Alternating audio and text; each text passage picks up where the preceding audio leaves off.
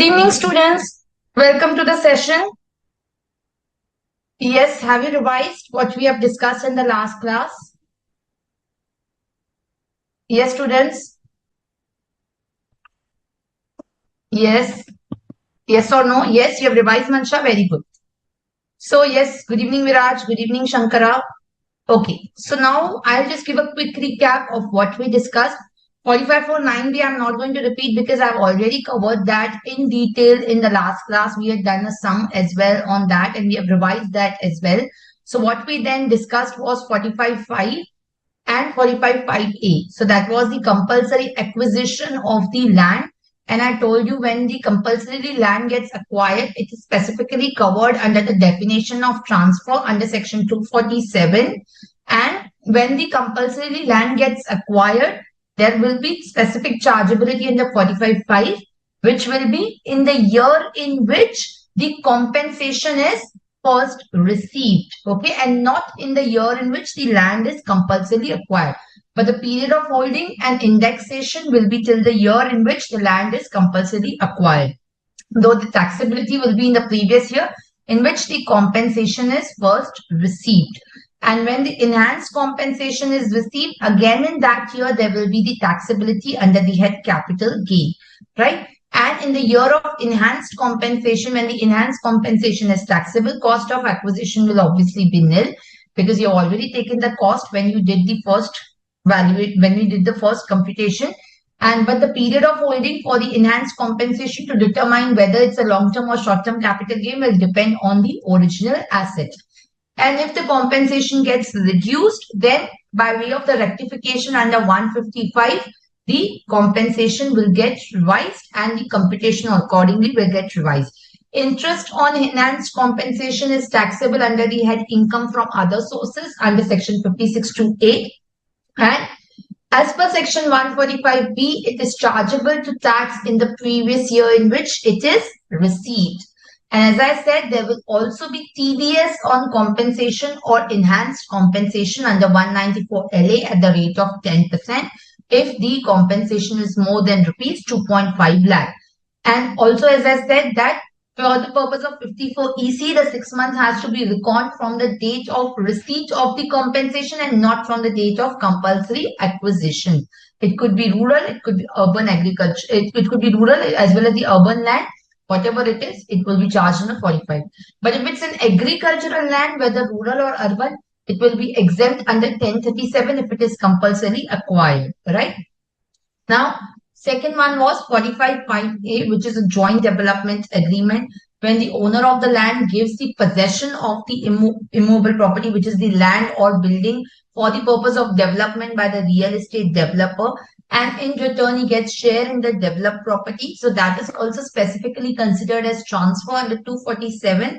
But instead of taxing it in the year when the possession of the land or building is given by the owner, it is charged tax under 45.5A in the previous year in which the completion certificate has been received, right? So the owner of the land, individual or HUF, gives the possession of the land for the purpose of development and he gets a share in the developed property plus any monetary consideration. It will be chargeable in the previous year in which completion certificate is received. The exception to that will be if the share in the project is transferred before the completion certificate is received, then the capital gain will be in the year in which the transfer takes place. Now, for this purpose, for the purpose of 45.5A, the full value of consideration will be the stamp duty value on the date of issue of completion certificate plus any monetary consideration that you receive. And the period of holding and the cost of acquisition will be as per the normal provisions, right? Now, if let's say, for example, the share in the project is sold later on after the issue of completion certificate, then the full value of consideration will be your stamp duty value as on that date, and cost of acquisition will be the stamp duty value which you have considered for 45.5A on the date of issue of completion certificate. All right. Then we did the 46 month for the liquidation of company. It says in the hands of the company, there would not be any taxability on distribution of capital asset. In the hands of the shareholder, there will be 46(2), which will be the fair market value of the capital asset received as on the date of distribution. minus deemed dividend under 222C, because there would also be the deemed dividend taxable under 222C to the extent of the accumulated profits, right? And the period of holding would be from the period in which the shares are purchased till the date of commencement of liquidation. Are we clear? Then we discussed about the different transactions where the transaction is not regarded as transfer, which is the compulsory convertible debentures, the conversion of the preference shares to equity shares. In those cases, it is not regarded as transfer under 47. The cost of acquisition of the equity shares will be the cost of the preference shares or the cost of the debenture. And the period of holding will also include the period of holding of debentures as well as the preference share. Yes, good evening, Geeta. Uh, Mansha, in each case, compensation is received in installments. Yes, in that case, the taxability will be in the first year when the compensation is first received. Irrespective of whether the compensation is received in installments, you will have taxability only in the year when the compensation is first received. Later on, you will not have any taxability except in the case when you have the enhanced compensation. Shankara, specified agreement between the owner of the land and the developer of the for the transfer of land or building share in the developed property. Yeah, that's 45.5. It's a specified agreement. Good evening, Kolipaka. 46A, yes, even that we did. 46A, Shankara, was the buyback of shares, as I said, for the shares which are bought back by the listed company or as well as the listed or unlisted shares by the company which is being brought up, which is a domestic company. Those shares which are bought back, that is taxable under the 115 QA. The buyback tax is applicable on the company which is buying back the shares. And when it is a case of other than that domestic company, if it is buying back the shares, then it is taxable under section 46A. And also we discussed that in case of the specified securities, again, that is taxable under 46A. Therefore, it will be exempt in the hands of the company. But when it's a buyback tax, when the buyback is by the domestic company, whether listed or unlisted, then it is exempt in the hands of the shareholder. Clear? Yes, any other question? Yes, students. Okay, so then we proceed further. So we also discussed about the other kind of, the bonds and the mutual funds, where we discuss about the consolidation plan or the consolidation of the scheme of the mutual fund. From there, I'm now taking it forward. The next one is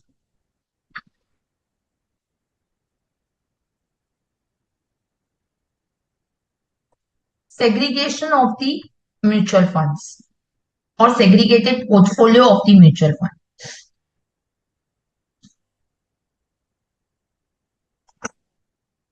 Okay. Now, in the case of the mutual funds, basically, understand one thing. In case of a segregated portfolio, now segregated portfolio which are there, these are basically the portfolios which are comprising of the debt or money market instruments. Okay. So there will be a main portfolio. Now the main portfolio, out of that, one portfolio will be kind of segregated. So what happens is they segregate the kind of debt or money market instruments sometimes from the main portfolio. Are we getting it? So in that particular case, the unit holders which are there are allotted the equal number of the units in the segregated portfolio as they were holding in the main portfolio. So the unit holders will then have this two schemes. One will be the main scheme, one will be the segregated scheme. You can understand an example through like a demerger only. So in the demerger, like what happens, you get the shares of the resulting company as well as you're holding the shares of the demerged company, isn't it? So that's how it happens even in the case of the mutual funds. Now, in the case of the mutual funds, the segregated portfolio, whenever it is created, now what will be the, first of all, this will not be regarded as the transfer under section 47. So under section 47, this will not be regarded as the transfer for the purposes of the capital gain. The segregation which is happening. Now, what will be the cost of acquisition in this case?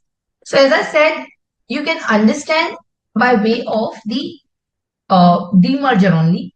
So, in case of a segregated portfolio, the cost of acquisition of the units which are there in the segregated portfolio shall be the cost or shall be the amount which bears to the cost of acquisition of the units which are held in the total portfolio in the proportion of the net asset value of the assets which are transferred to the segregated portfolio divided by the total net asset value. So you can just write down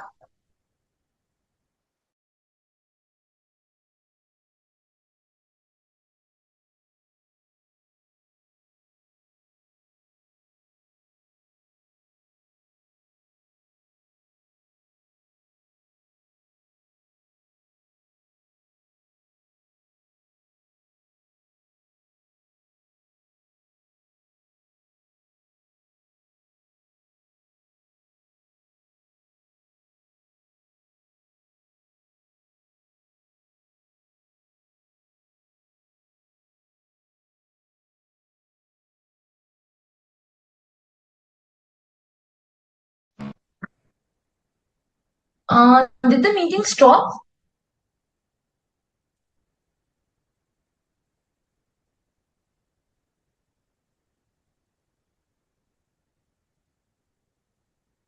अभी चालू है अशोक जी? हाँ, okay. So cost of units in total portfolio into the net asset value of the assets transferred to segregated unit divided by net asset value of total assets in the total portfolio. Okay.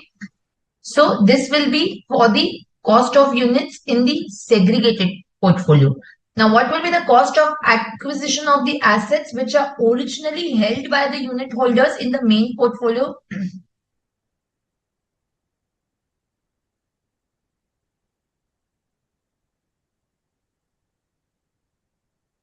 This will be the cost of units minus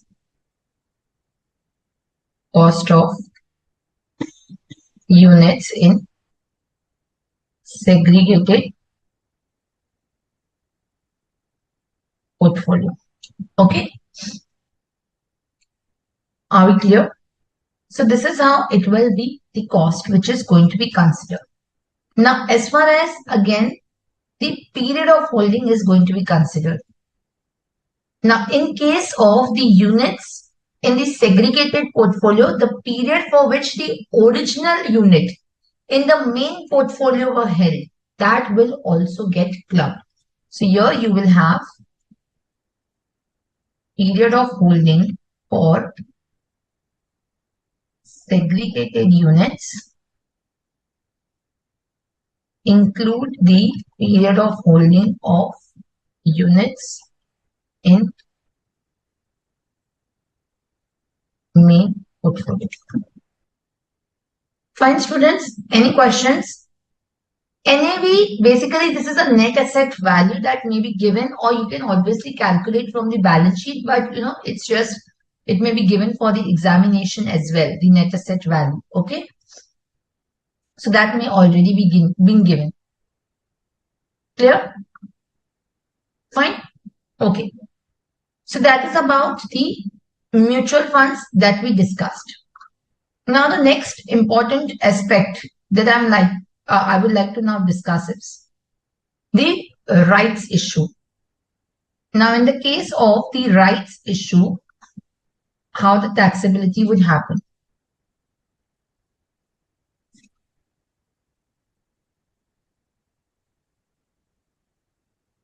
Now, all of us understand what are the rights issue, isn't it? So, the shareholders get these rights shares. They have the right to subscribe, isn't it? So, in that particular case, how will be the cost of acquisition? It will be determined for that.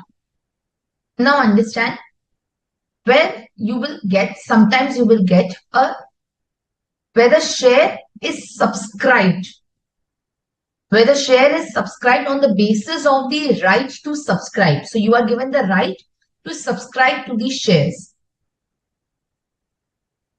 So when you get the share or the security, and you are like when you are getting the right to subscribe and you're subscribing to that share, you're exercising that right basically. So you will have, first of all, a right to subscribe, right? Now this you can either renounce or you can subscribe. Now first I'm dealing with a situation where, let's say for example, you subscribe to the shares. You purchase the shares. Now what will be my cost of acquisition in that particular case? So in case I subscribe the shares, then the cost is not given under 49, but that is given under section 55. So 55 defines the cost of acquisition. 49 is giving me the cost to the previous owner. Okay. So in cases where I'm getting the right to subscribe and then I'm allotted the additional shares on the basis of the exercise of those rights, then the cost of acquisition will be the amount paid for acquiring those shares. Okay, so just write down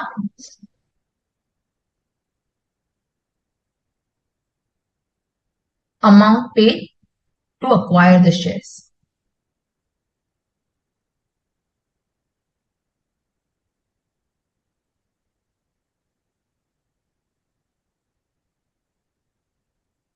And what will be the period of holding for this? Yes, the period of holding is going to be very simple. It is the period from when I have been allotted the shares or the securities. So,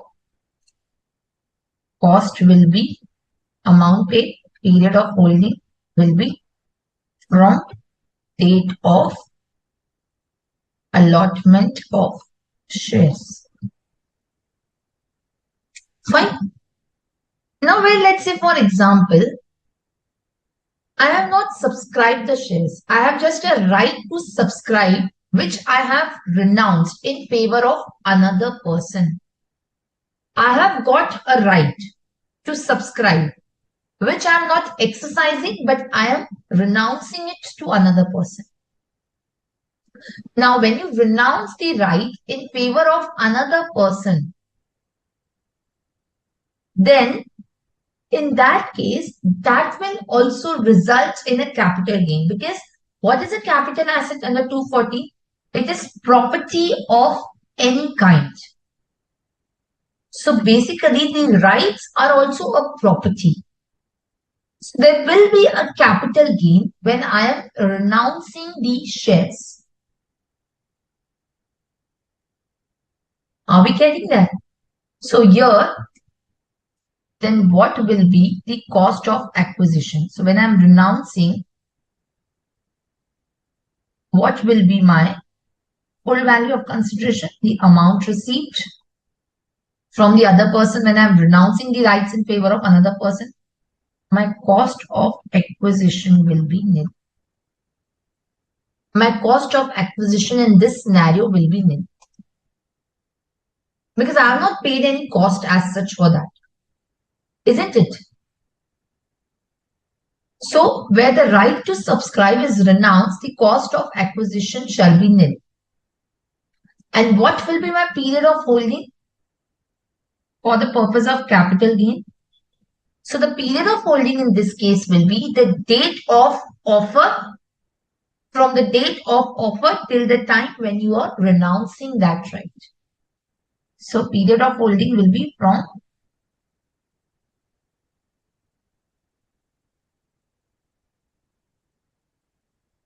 date of offer till the date I am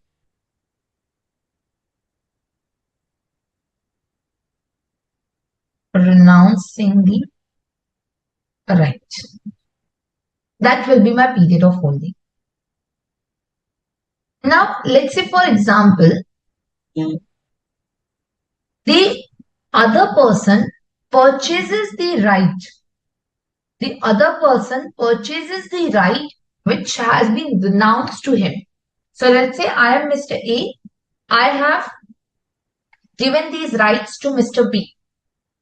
And Mr. B subscribes to the share. So then in that case, what will be my cost of acquisition? So I am Mr. B who is now exercising.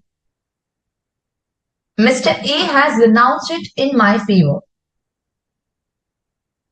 Right?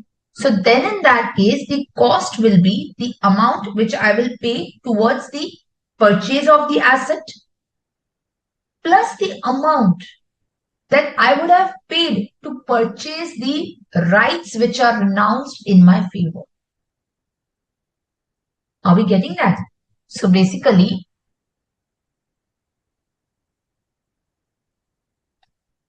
if let's say Mr. A was given the right to purchase shares, he has announced to Mr. B. Now Mr. B has paid the price for purchase of rights. Okay. So let's say this is X amount. So now Mr. B then exercises the right and purchase the shares. So this is for Y amount. So the cost of acquisition for B will be X plus Y, which is the price paid for purchasing the renounced rights plus the purchase cost of shares. Fine. And the period of holding will be, of course, the same, which is from the date of allotment of the shares. Yes, the period of holding will be from the date of allotment of shares.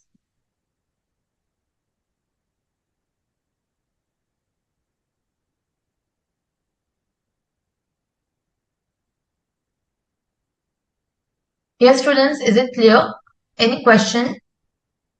Any doubt? Okay. Now next is bonus shares.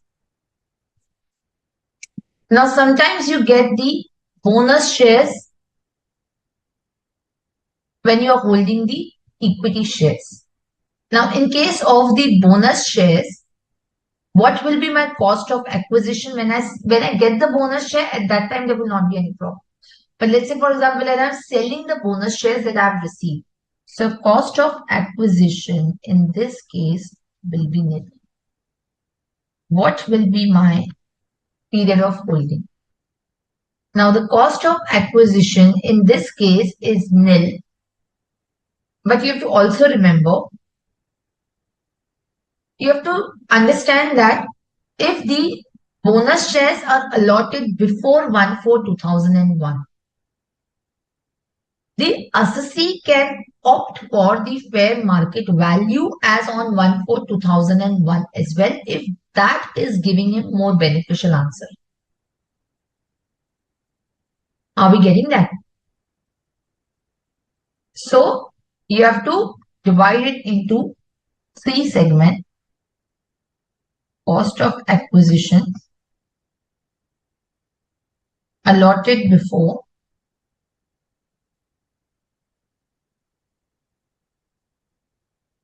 1/4/2001. In this case, you can take the fair market value or nil, whichever is going to be beneficial. Okay, at the option of assessee. Then if it is allotted before the 1st February 2018,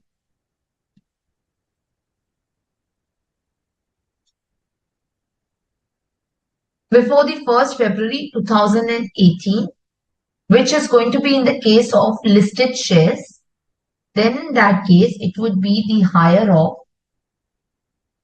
let me write it like this, the actual cost, which is going to be either nil, right? Or FMV if purchased prior to 1/4/2001. So either nil or the lower of, in this case you can write the fair market value as on 31st/1/2018 and sale consideration. So lower of this and higher of A or B. Okay. So if it is allotted before 1 February 2018, then it can be nil or the FMV as on 1/4/2001. If it is acquired prior to 1/4/2001, and then the lower of FMV as on 31st January 18 or the sale constitution, whichever is lower, and then you do the higher of A or B. And if it is allotted after 1st February 18, then it is obviously going to be nil. Fine. Now, what will be my period of holding? What will be my period of holding in this case? So the period of holding in case of the bonus shares is going to be clubbing of the period of holding of the original shares. Are we getting that? So the period of holding of the shares which are purchased originally, that will also get included. Okay, so just write down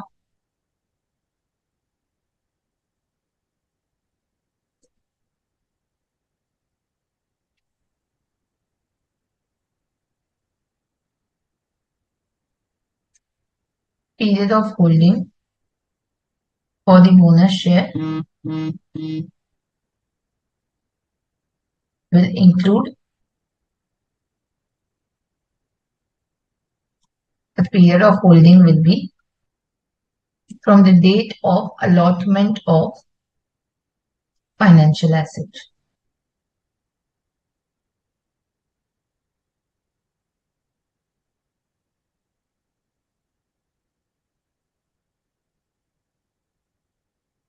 Fine. Let's do a small question on that. Yes. So let's just take an example first.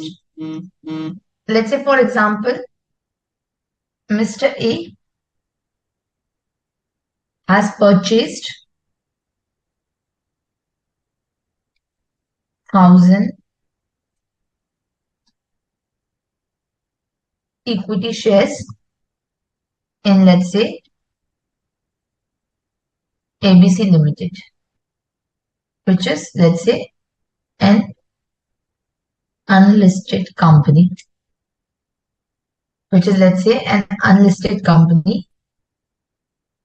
now at the cost of rupees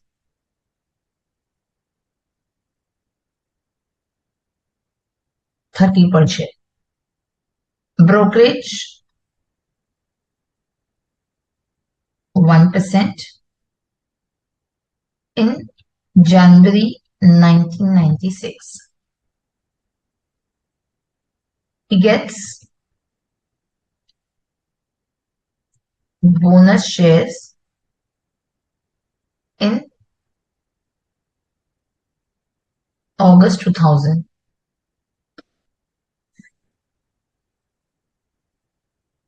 He gets, you can write 100 bonus shares. Okay. And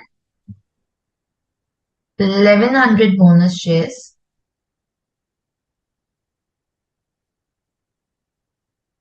in February 2006. Okay. Fair market value on 1st April 2001 is rupees 80. On 1st January 24, he transfers all the shares at rupees 200 per share.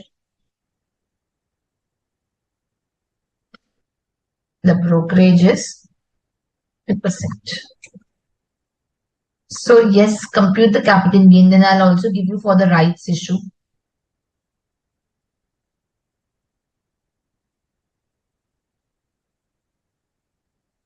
Yes.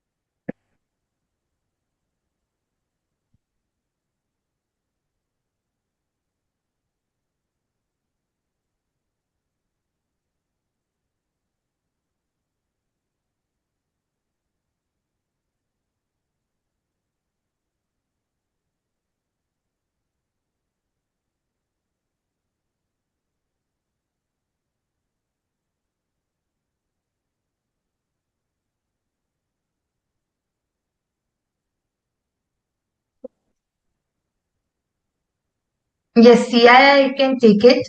If you do not know the CII you can write down. It is for financial year 1-2, it is 100. For 5-6, it is 117. And for 23-24, this is 348. Yeah.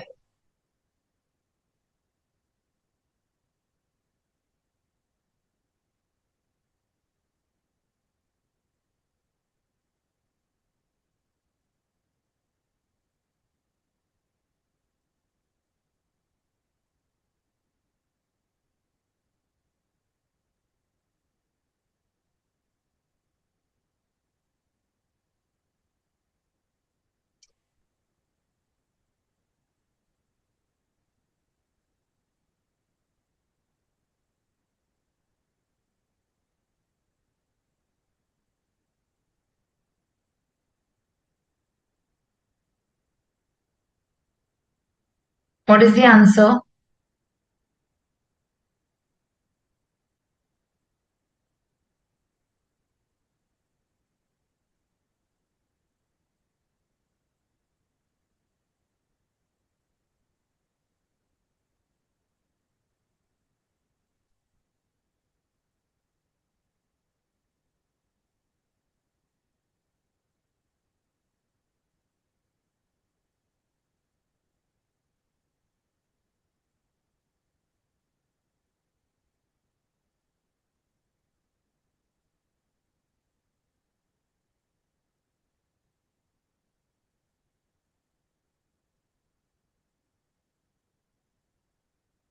Yes, students, faster.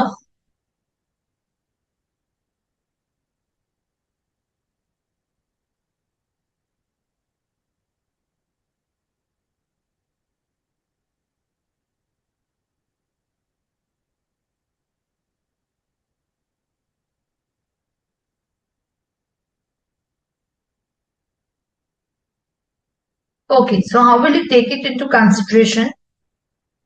So here you have to first of all do it on the FIFO basis. If you remember, I told you that you have to always do it on the FIFO basis.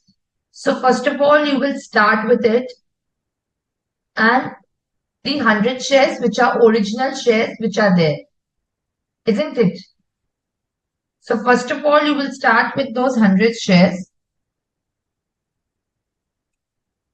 First, we are going to start with these 1,000 shares which are originally purchased. So here the sale price is 200. So for the 1,000 shares,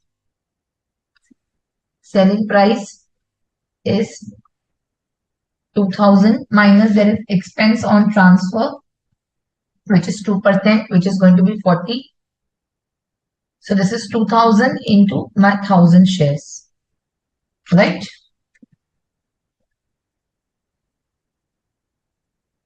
I have, so 200 into 1,000 shares, not 2,000, it's 200. So 200 into 1,000 shares is going to be 2 lakh.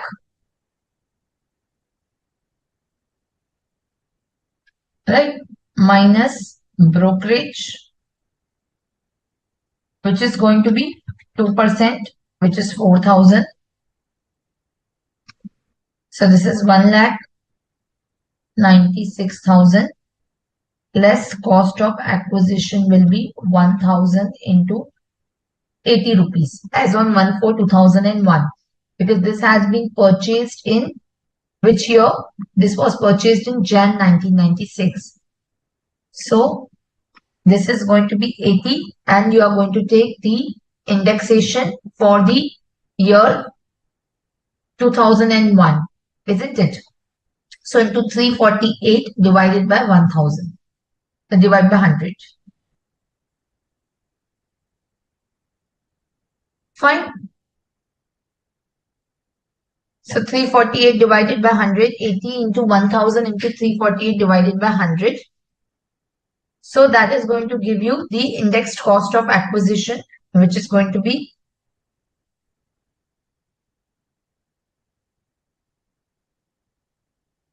2,784,100. Okay. So this is going to be a loss. 82,400. Now this is long-term capital loss, correct? For the next shares which are there, 100 bonus shares, again my selling price is going to be 100 into 200, which is 20k. This is going to be 400. This is going to be 19,600. And here for the bonus share, the cost of acquisition ideally is nil. But since these are allotted or purchased by me or issued to me, sorry, not purchased by me, these are in August 2000. So I can take the fair market value. So I can take instead here 100 into 80. So into 348 divided by 100. Right? So this is going to give me 8240 loss. And finally, the last shares, 1100 bonus shares, which have been allotted. For them, again, it will be 2.2 lakh. Sorry, 2.2 lakh minus 4,400. So this is going to give me 215,600 and the cost is going to be nil. Right? So this is going to be 215,600. All of these are long-term capital loss. So the net long-term capital gain is going to be 124,960. Yes, students, are you getting this answer? Yes. Okay. Shall we do one small question on the rights as well? Okay. So just write down. Mr. A holds 1,000 shares. Holds 1,000 shares in ABC Limited.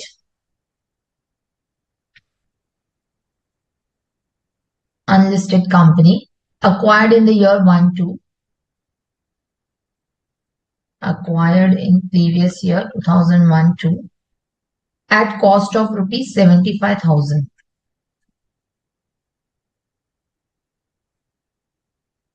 Fine. Now he has been offered right shares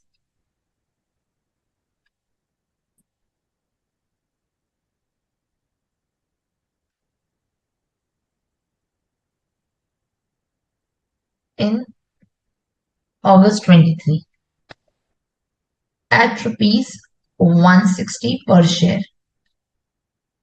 in the ratio of 2:5. So 2 shares for every 5 held. He retains 50% of he retains 50% of rights and renounces the balance rights in favor of Mr. D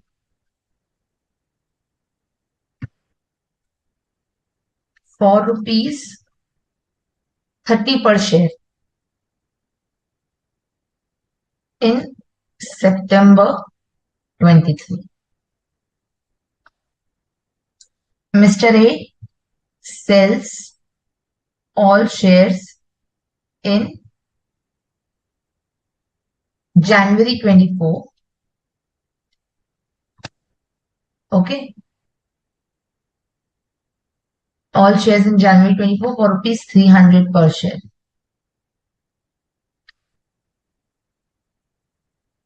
And Mr. D sells the shares exercised in December 23 at the rate rupees 280 per share. So calculate the capital gain for both of them.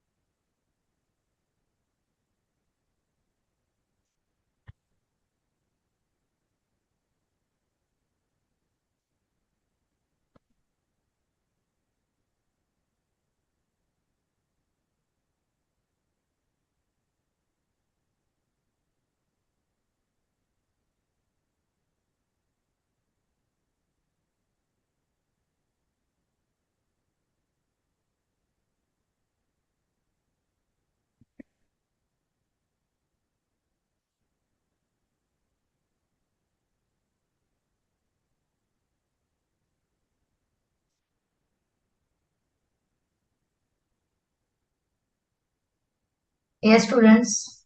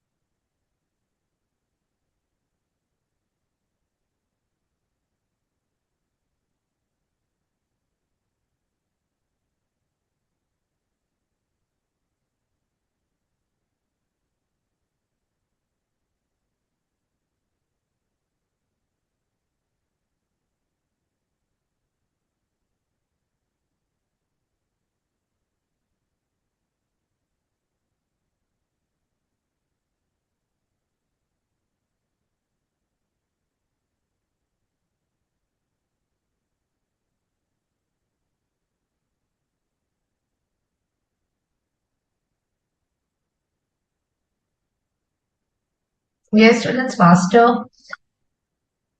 What will be the capital gain? So first we'll start with the original shares which are there, which are 1000 shares which are sold by Mr. A. So for that it's very simple. It's going to be The sale proceeds 1000 into 300, right? So for the first 1000 shares, this is going to be 1000 into 300. This is going to be my full value of consideration is 3 lakh. Cost of acquisition is, it is purchased in 1-2 at 75,000, right? So 75,000 into 348 divided by 100. This will give me 2,61,000. So this is going to be LTCG of 39,000. Fine. Next is 200 rights shares. So he has been offered the rights share in the ratio of 2 shares for every 5 shares held. So out of 400 shares, he has retained 50% and transferred 50%. So he has basically 200 rights shares that he has exercised. So 200 rights shares, again it will be 200 into 300 is my sale consideration, so 60K. My cost of acquisition will be what? My cost of acquisition at what price I have exercised? At rupees. This has been exercised at rupees 160. So into 160, 200 into 160 is 32,000, right? So 160 into 200 into here, sorry, this is going to be short-term capital gain. This is not long-term because this has been less than 24 months. So if you see this, he has got the rights in August 23. He has got the right and he has subscribed it he has subscribed it after that. And then he has sold in January 24 as well. Are we getting that? So basically, this has been a short-term capital gain. So this is going to be 28,000 short-term. Fine. Then he has also sold right entitlement, or he has renounced the right entitlement. Now this is going to be again 200 into 30. He has renounced for 200 into 30. That is going to be 6,000. The cost of acquisition is nil. So this is short-term capital gain. This is short-term capital gain. So he has taken the rights and he has sold it. So the period is to be reckoned from the date of rights offer to the date of renouncement. Right? What will be the number of months? It will be 36 months. So 24 months is for the share, but when the rights are sold, for that this is going to be period of holding is 36 months. So less than 36 months, okay? For Mr. D, he has purchased those 200 shares. Now, the 200 shares that he has purchased, he has sold for 280. So the sale consideration will be 56,000 minus the cost of acquisition for him will be 200 into 30 rupees that he has paid plus the 160 rupees for that he has subscribed. So if you look at it, he has subscribed for 160 and 30 he has paid for purchasing the right. So this is going to be 38,000 and this is again short-term capital gain of 18K. Yes, students, is it clear? Yes or no? This is very, very simple. Yes. Okay. So next we proceed to then another instrument which is there is ESOPs. Employee Stock Option Plan. We did the rights, we did the bonus. Now we're talking about the ESOPs. Now, in case of the ESOPs, there are two tax implications that we need to consider. One is when the ESOPs are exercised, and the second one is when the ESOPs are sold. So first one is when the ESOPs are exercised, there will be two implications. When ESOPs are exercised. So when you exercise the ESOPs, at that point of time, it is considered as a perquisite under section 17 and will be taxable under the head salaries. And what is going to be perquisite for me? This is going to be the exercise price minus the fair market value. So perquisite under section 17(2)(6), taxable or chargeable under the head salary,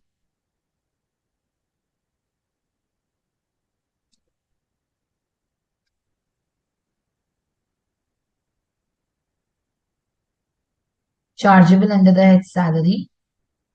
This will be taxable in the previous year in which the ESOPs are exercised. And what will be the amount which is chargeable to tax? So my perquisite will be fair market value as on the date of exercise minus the exercise price. So fair market value as on the date of exercise minus the exercise price is going to be taxed under the head the salaries. Now, what is the fair market value in this case? The fair market value is basically if the stock is listed on the recognized stock exchange, then it is the average of opening and closing price. So the fair market value is given as per rule 3.8. As per the rule 3, the fair market valuation is given. This is going to be if stock is listed on recognized stock exchange.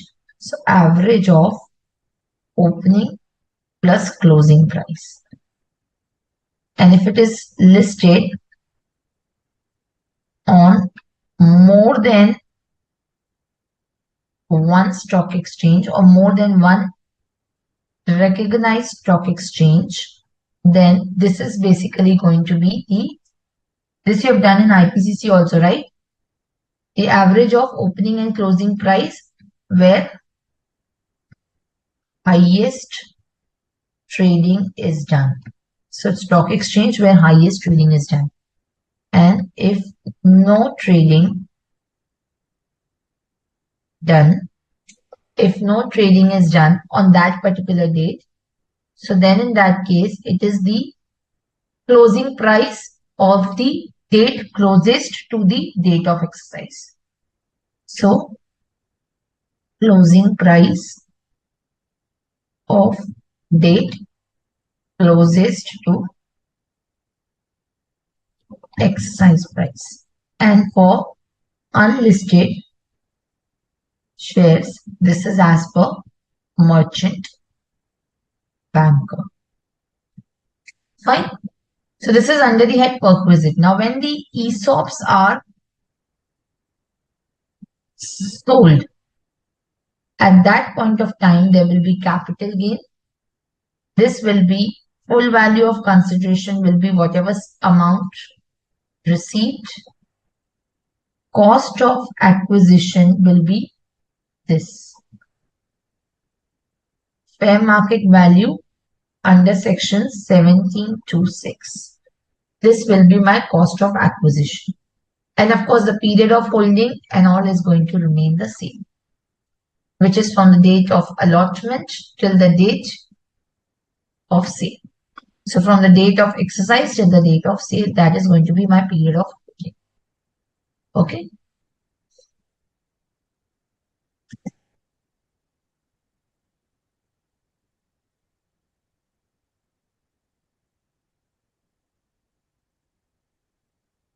Yes, students, is it clear? ESOPs, is it clear? Yeah. Okay. So there will be taxability at 2 points when the ESOPs are exercised and when the ESOPs are sold. So when the ESOPs are exercised, that will be taxable under the head salaries, and when it is sold, then it is taxable under the head capital gain. Okay. But when the ESOPs are allotted by startups which are registered under section 80 IAC or referred to as under 80 IAC, then the perquisite is taxable in the previous year, which is after the expiry of 48 months from the relevant assessment year, in which the sale of the shares are made by the assessee or which the assessee ceases to be an employee. So it is earlier of 3 events you can write down in case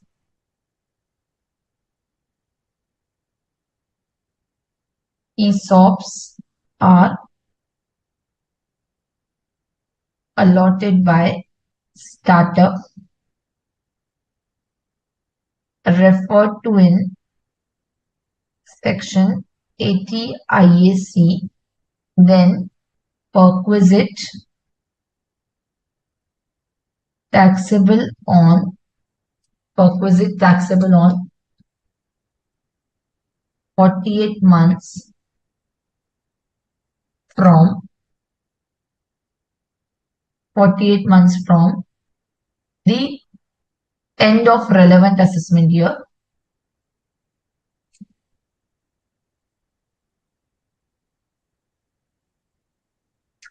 Secondly, in which the assessees sell the shares, year in which the shares are sold.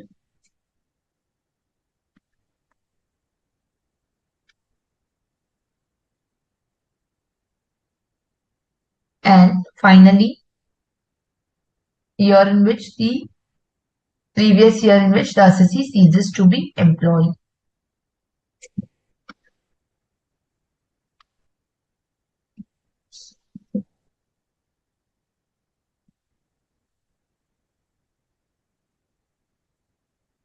Fine. So in either of these three cases, the earlier of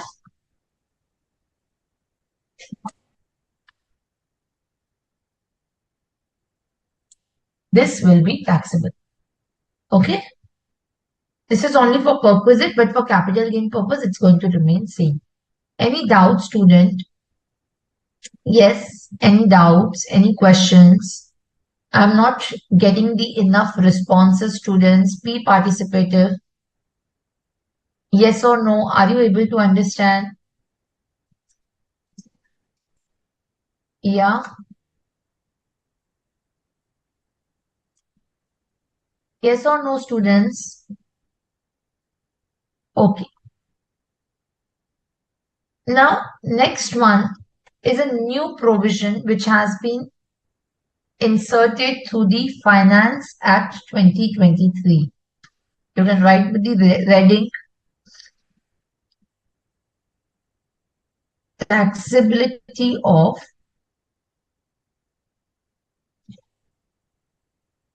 market-linked debenture. Taxability of the capital gains, or you can write the capital gains on the market-linked debenture.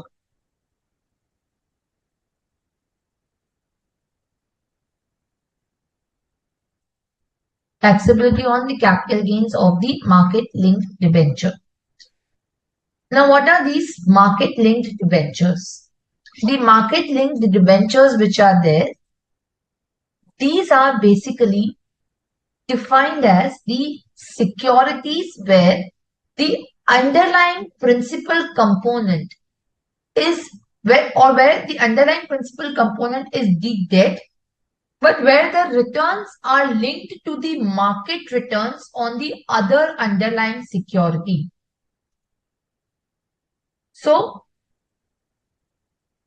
these are either the debentures where their returns are linked with some underlying security, their market returns basically, or these are the mutual funds where not more than 35% of the total proceeds are invested in equity shares of the domestic company. So these are the two debentures that we are going to talk about now for the next 10-15 minutes.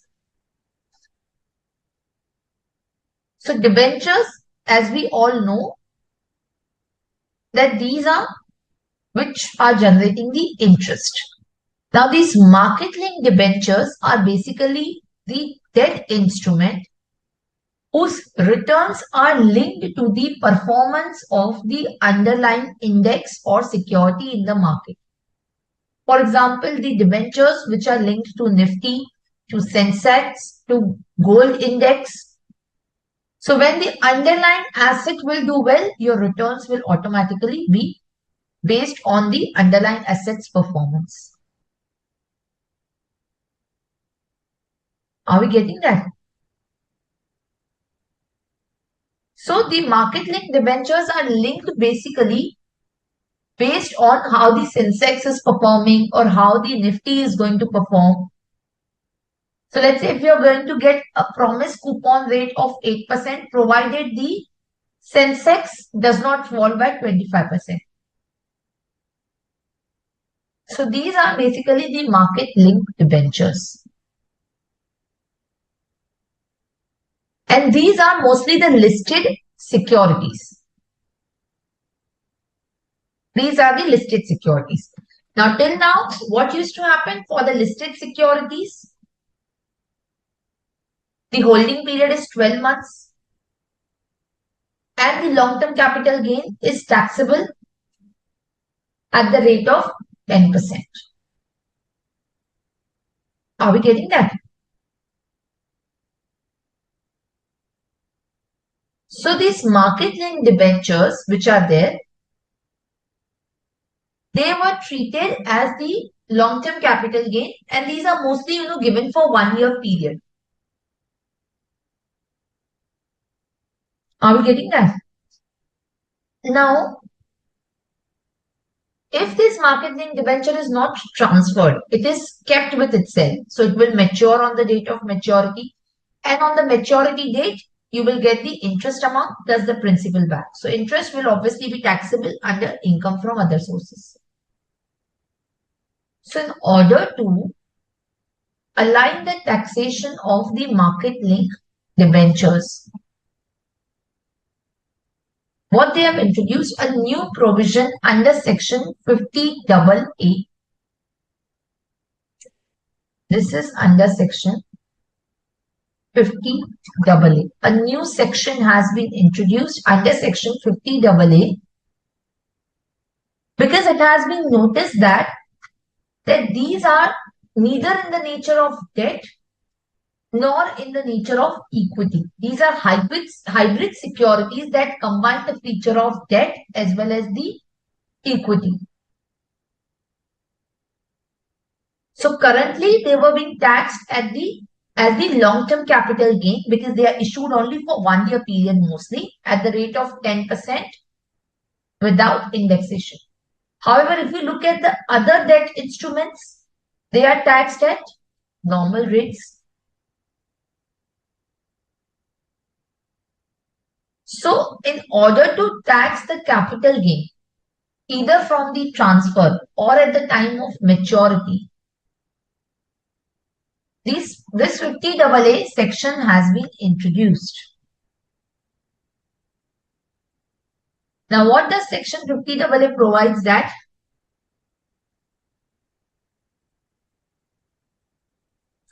AA is giving is deeming that whatever transfer has been made that will be considered as the short-term capital gain.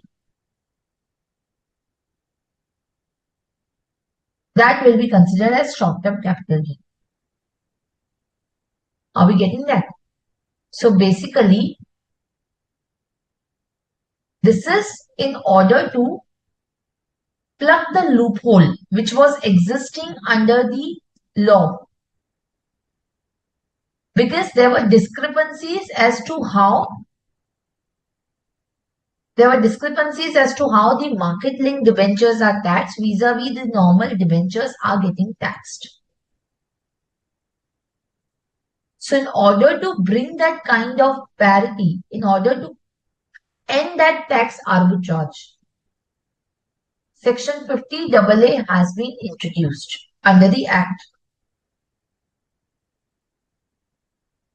So what was happening is, earlier there was this kind of exemption which or earlier there was this kind of arbitrage which was available. Are we getting that? So in order to end that, these kind of debentures which are having the linkage to the market or any underlying instrument where they are deriving their returns from that, this would be taxed as the short-term capital gain. Similar to how the debt instruments are taxed. So just write down over here.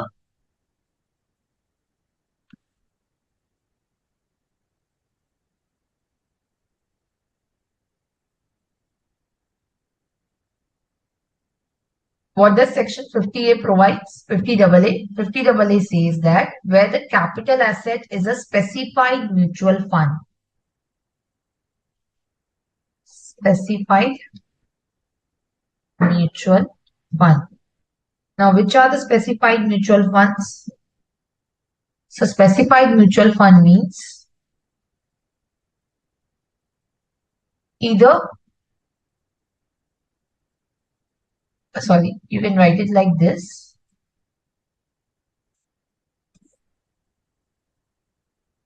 One second. You can write it like this, where the capital asset is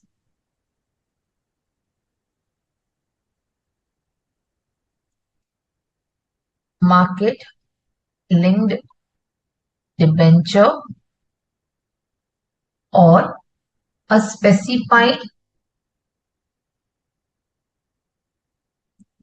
mutual fund. What is a specified mutual fund? Specified mutual fund means where less than 35% of its proceeds are invested in equity shares of company.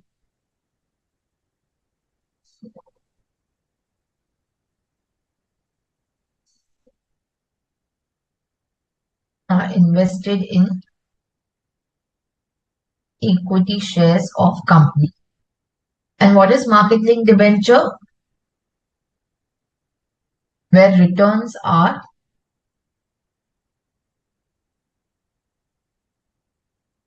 linked to market returns.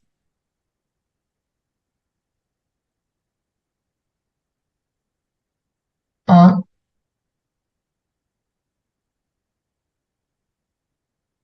underlying securities. Okay.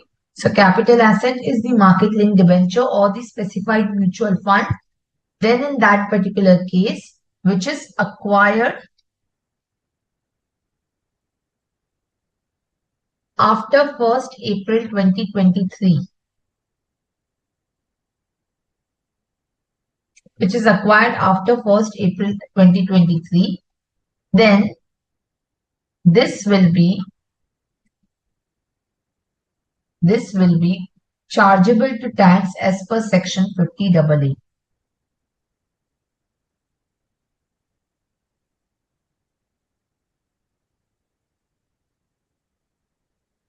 Which provides what? My full value of consideration, which is a consideration received as a result of transfer, redemption, or my maturity, is chargeable as per 50AA minus the cost of acquisition minus the cost of acquisition of the debenture minus expenses in connection with transfer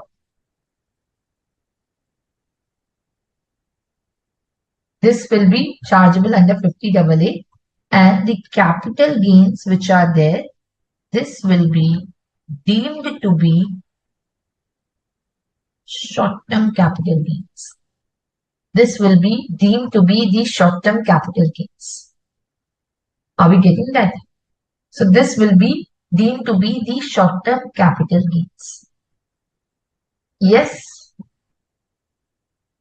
So on these market-linked debentures, the capital gain is going to be deemed to be the short-term capital gain. Are we clear, students? Yes or no? Yes. Are you with me? Yes, students. Yes or no? Are you with me? Yes? At least reply to me whether you are understanding this or not. Yes or no? So basically, the market-linked debentures which are going to be there, this is going to be taxed as the short-term capital gain. This is going to be taxed as the short-term capital gain. So just be very, very careful whenever you are receiving or when you are able to see a question which talks about the mutual funds which are having not more than 35% of investment in the equity shares or the market-linked debentures. In all these cases, it will be considered as the short-term capital gain directly. It will be deemed to be irrespective of the period of holding. This is going to be deemed to be the short-term capital gain. Yes or no? Any doubts, any question before I move further? Yes or no, students? Faster.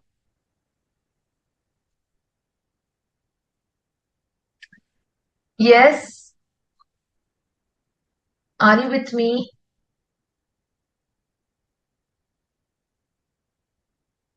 Yes? Okay, Mancha.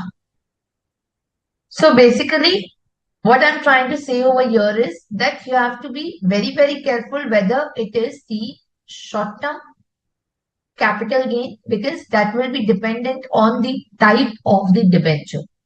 If it is normal debenture, if it is not being where the investment in the equity shares is more than 35%, then in that case, this will not be considered as a specified security or specified mutual fund. That will not be considered as a specified mutual fund. Then that will be for that the period of holding normally will get applied. But if this is what we are looking at, if it's a specified security, in that particular case, the period of holding will not be taken into consideration and directly you will have the short-term capital gain. Are we getting that? Now the specified mutual fund is what? It is where the investments are not more than 35% of the proceeds are invested in equity shares of the domestic company. Yes. So the investment should have been made in the domestic company and not in any foreign company.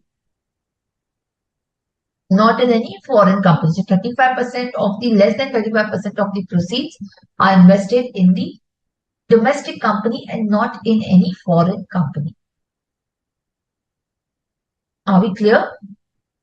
So it cannot be an overseas mutual fund. It has to be the Indian mutual fund. Yes. So if it is less than 35% of the proceeds, that's what section says, has to be invested in not more than 35% of proceeds are invested in the equity shares of the domestic company. if the investment has been made in the shares of the foreign company, then in that particular case, the 35% requirement will never be met and still it will be classified as a specified mutual fund. Okay. Yes. Any questions? Any doubt? Yes, students. Any questions? Any doubt about this? This is a very, very new area where you have to be very careful about these things. So if you have any questions, you can ask me at the moment. Yes. Okay. So let's proceed further then in that situation. Now, if you remember section 112A, if you remember section 112A, which is there, that talks about 10% rate on the equity-oriented funds. That talks about the 10% rate on the equity-oriented funds. Now, what is equity-oriented fund? So if we look at it, it says that the listed shares or the equity-oriented funds, listed equity-oriented funds, when they are transferred, and if there is any long-term capital gain that is arising, in case there is any long-term capital gain that is arising, then in that particular case, the long-term capital gain is taxable at the rate of 10%, isn't it? Then the long-term capital gain is taxable at the rate of 10%. So what is then the equity-oriented fund? Now, equity-oriented fund is also again defined. The equity-oriented fund, so because see here you have to make a distinction between the equity-oriented fund and a debt fund. And that is how your taxability will be different. And that's why I'm just creating a linkage as to what is then equity-oriented fund. So the equity-oriented fund is again defined under 112A. Under 112A itself, the equity-oriented fund is defined where the mutual fund, in a case where the fund invests in the another fund, minimum 90% of the total proceeds in the units of the other fund and minimum 90% of the proceeds in the equity shares of the domestic companies. Okay. So where it invests in another mutual funds, then in that particular case, a minimum of 90% of the total proceeds are invested in the another mutual fund and the other fund will invest minimum 90% in the equities. And if it does not invest in the other mutual fund, it directly invests in the equity shares of domestic company, then minimum of 65% of the total proceeds are invested in the domestic companies.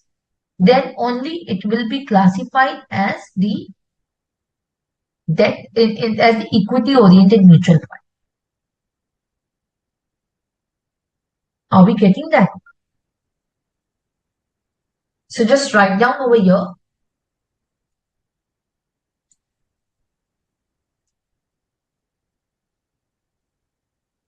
Mutual fund investing in equity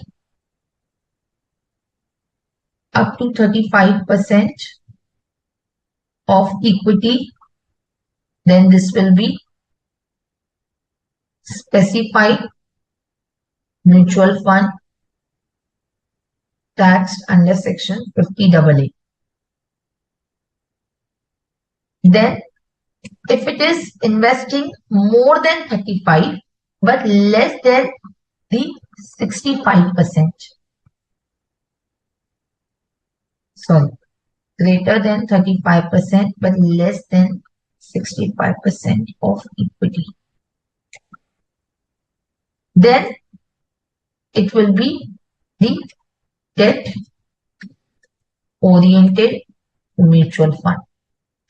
And if it is investing more than 65% of equity or greater than 90% in another mutual fund, then this will be equity oriented mutual fund. For this, the period of holding is going to be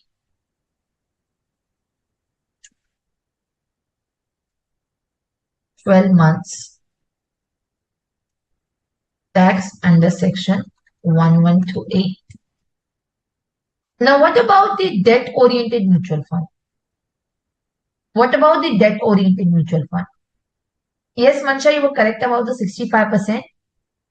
How the debt oriented fund will have the period of holding? Yes, and where will the taxability be? Where will the long-term capital gains be taxable? Yes.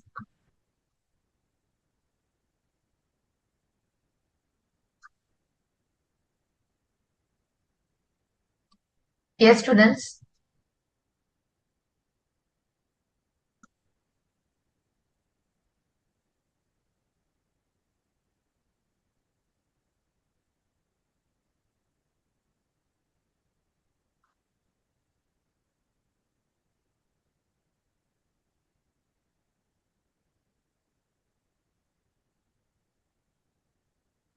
Yes, tell me the answer.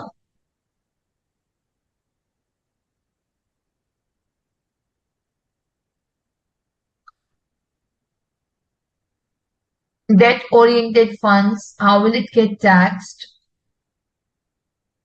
Yes or no? Tell me. 36 months or 24 months? What will be the situation?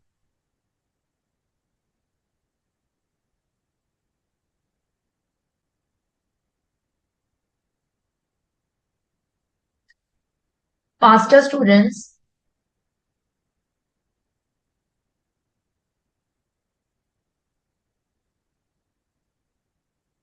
Yes. 36 or 24?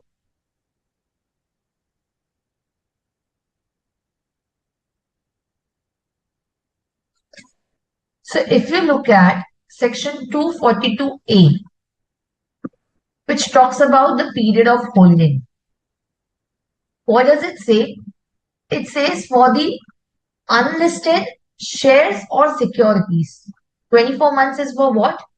24 months which is there is in respect of the 24 months which is there is in respect of a security or is in respect of the shares. So it is in case of unlisted share. So for this, the period of holding will be 36 months and not 24. And this will be taxed under section 112 at the rate of 20%. Clear? So for the debt oriented mutual fund, it will be 36 months period of holding. Yes or no? Yes, Mansha, clear, correct. Mohammed, correct. Yes. Okay. So with this, we'll take a small break of 10 minutes and then we'll get back. Okay. We can take a break over here.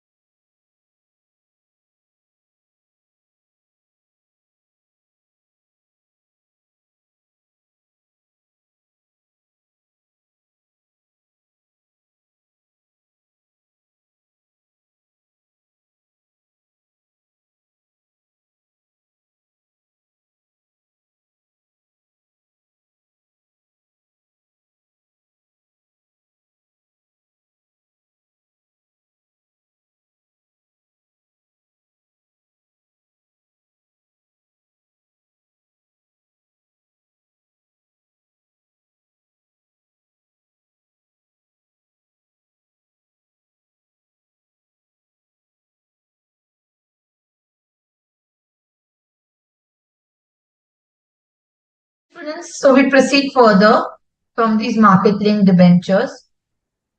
Okay, now the next one that I'm going to discuss with you is the zero coupon bond. Now for the zero coupon bond, the period of holding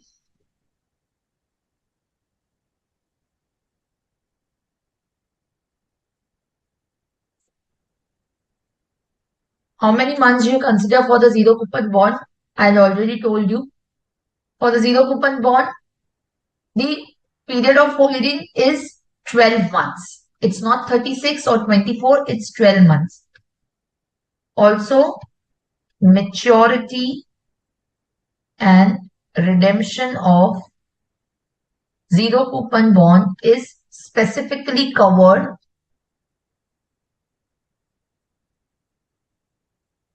as transfer under section 247, isn't it? The period of holding is going to be 12 months. Then in this particular case, as I said, the zero coupon bond, the taxation will be 20% with indexation or 10% without indexation under 112. So taxability 20% with indexation or 10% without indexation. Fine. So that is about the zero coupon bond. Okay. Now next topic that we are going to discuss is next is a very small topic, but this is what is relevant to understand before we move on to the reorganization. This is the corporatization and demutualization of stock exchange. A very small topic, maybe relevant for some smaller question, not something which you should be knowing in depth. So this is corporatization and demutualization of stock exchange. Now what happens is, let's say for example, the stock exchange is operating as an AOP. Now, subsequently, the AOP can get converted due to corporatization and demutualization of that particular stock exchange. Corporatization meaning that it converts to a company, right? So now the brokers may have the rights in the AOP through the capital contribution. So they will have the ownership plus some membership rights. So these membership rights now will be getting transferred in the company. Now this is not regarded as transfer under 47. This is not regarded as transfer under 47. So you can write down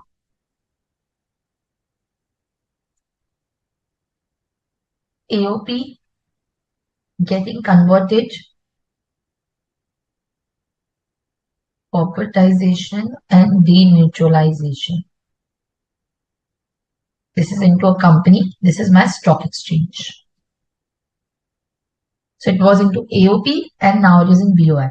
Now the brokers here have some trading plus the ownership rights.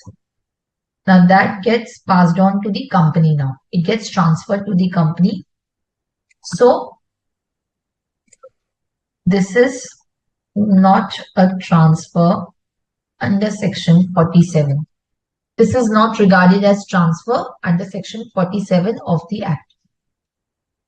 So for corporatization and demutualization, where the trading or clearing rights of a recognized stock exchange is acquired pursuant to a corporatization or demutualization, that is not considered as transfer under section 47. Clear? Now, in that particular case, what will happen is, this is not a transfer. The capital asset, what is being transferred is the membership rights. Now, let's say, for example, when these membership rights are subsequently transferred, when the sale of trading rights happen, then in that case,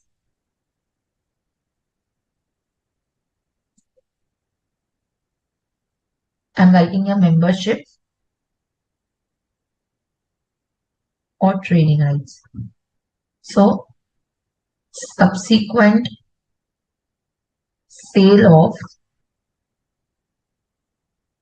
membership or trading rights. So, my full value of consideration will be the sale consideration. Cost of acquisition in this case. Now, what will be my cost of acquisition? So, since this is not a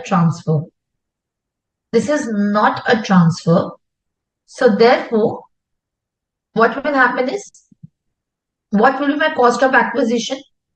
So my cost of acquisition in this particular case will be the cost of the original asset that I have purchased. Are we getting that? So this will be the cost which was already there, what I have paid for acquiring the trading rights, even now when it is converted to a company. So when I acquire these trading rights, right? So I did not pay any cost as such. I acquired by way of my membership interest.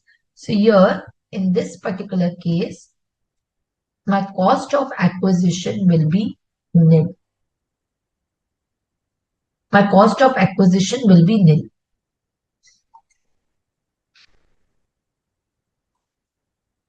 So in case of the trading rights which are acquired on demutualization, the cost of acquisition will be nil. My period of holding which is going to be there. So what will be my period of holding? So when the trading rights are acquired, the period for which the person was a member of stock exchange, that will be included. So period of holding shall include period of holding when the person was member. From when person was member. So this is where the sale of the membership or trading rights happen. If let's say for example, if there is sale of shares of the company which are allotted pursuant to the demutualization or corporatization. So see, the broker transfers the membership or this, he gets the shares in return, right? So here, my FVC will be the sale consideration. What will be my cost of acquisition? So here my cost of acquisition for the shares which are purchased. So shares which are basically allotted into that company. In that case, the cost of the capital contribution in the AOP will be my cost of acquisition. The capital contribution in AOP will be the cost for the shares. So when I'm transferring my membership or trading rights here and I'm getting the shares in return, my shares cost will be the cost that I would have paid as a capital contribution to the AOP. And my period of holding will also include period of holding since when the person was my member. Okay, fine. So this is about the corporatization and demutualization of a stock exchange. Is it clear? Next, another topic which is what we have to discuss is reverse mortgage.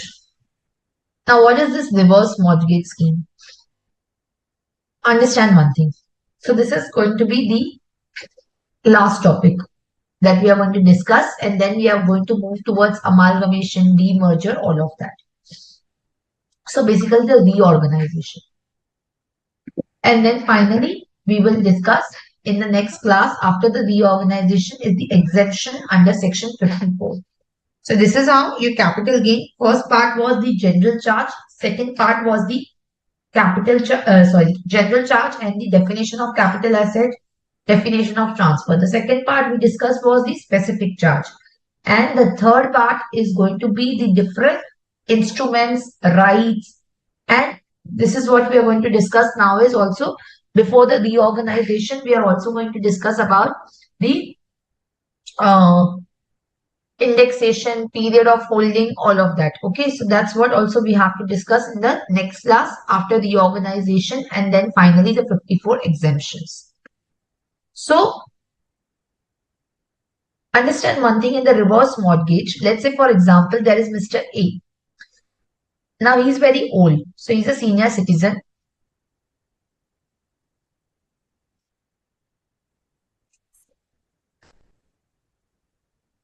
Now this is Mr. A,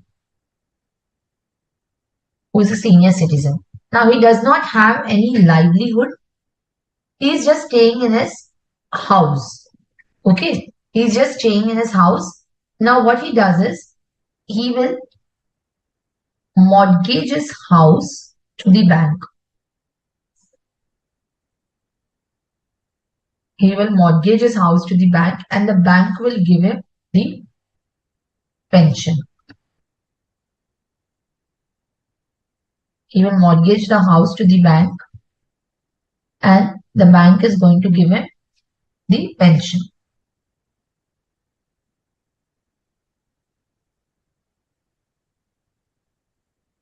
Sorry.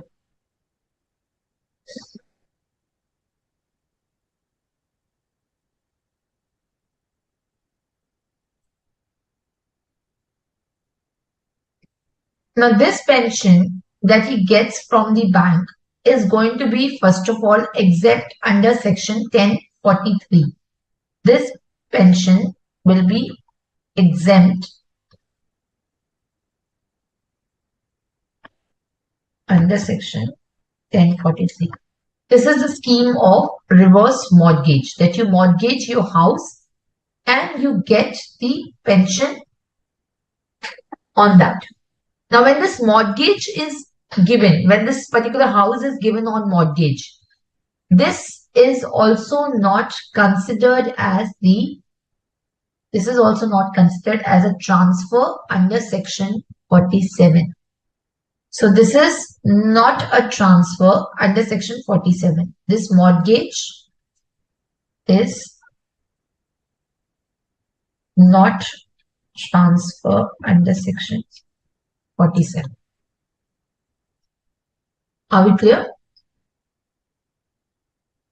So the mortgage will also be not considered as transfer, as well as the pension that you will get will also not be taxable. Are we clear? Yes or no?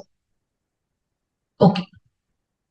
So other than that, if we now look at it, let's say for example, now Mr. A dies and his son has inherited his property.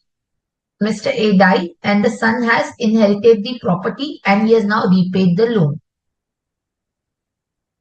Now, in order to free the encumbrance from the loan,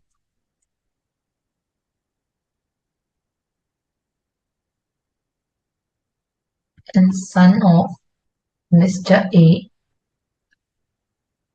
repays the loan to clear the encumbrances. Fine.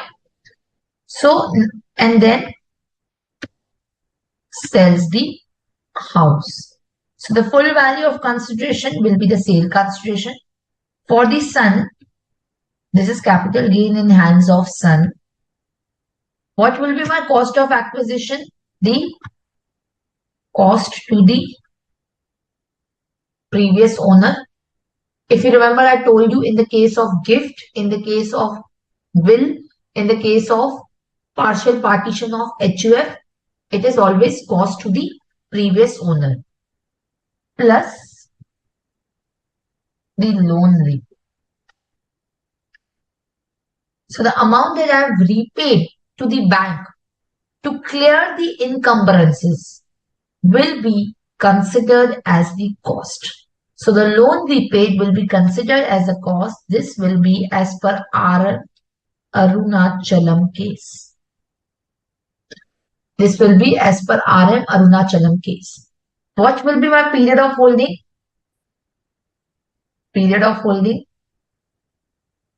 of previous owner will be clubbed as per explanation 1 to section 242A, right? And what will be my indexation from? This will also be from the previous owner's period. This is as per Manjula Shah judgment. Fine. So this is the point that I wanted to bring to your attention, that if the loan is repaid, then in that particular case, the amount of the loan repaid to free the encumbrance will be taken as the cost.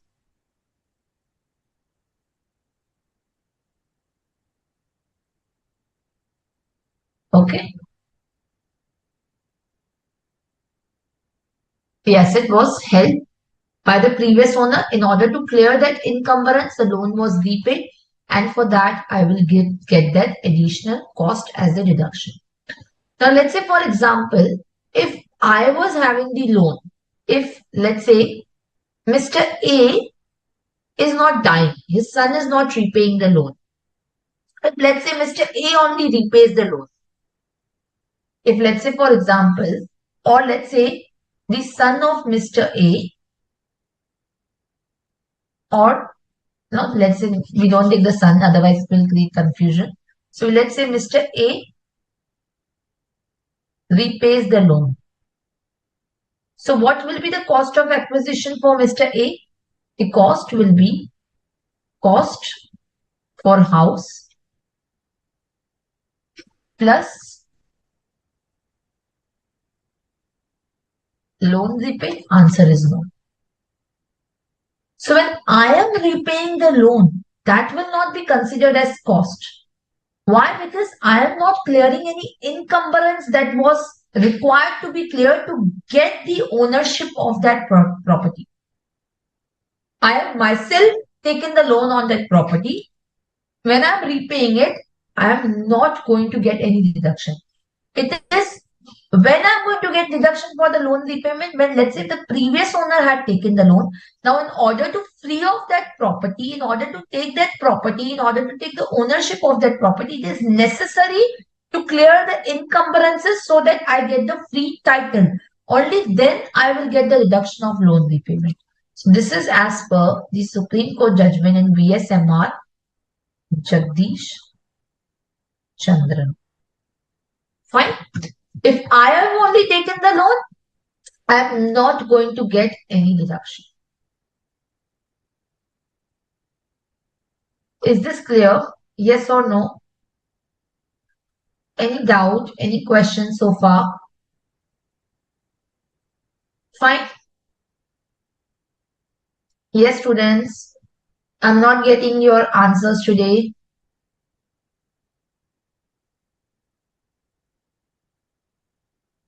Yes or no? Okay. Fine. Now understand one thing. This is the reverse mortgage that we discussed so far. Now last one more thing is, let's say for example, if Mr. B is purchasing the house, he is mortgaging and subsequently repaying the loan and then sells the house. So in that case, as I said, as per VSMR Jagdish Chandran, the house is not mortgaged by the previous owner but by the assessee himself. Then the amount paid cannot be treated as cost of acquisition. So you can write it over here. if the loan is repaid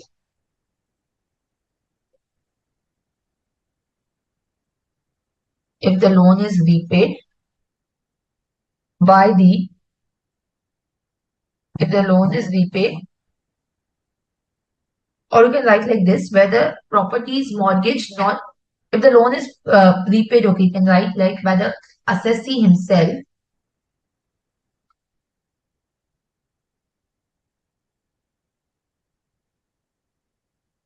as he had only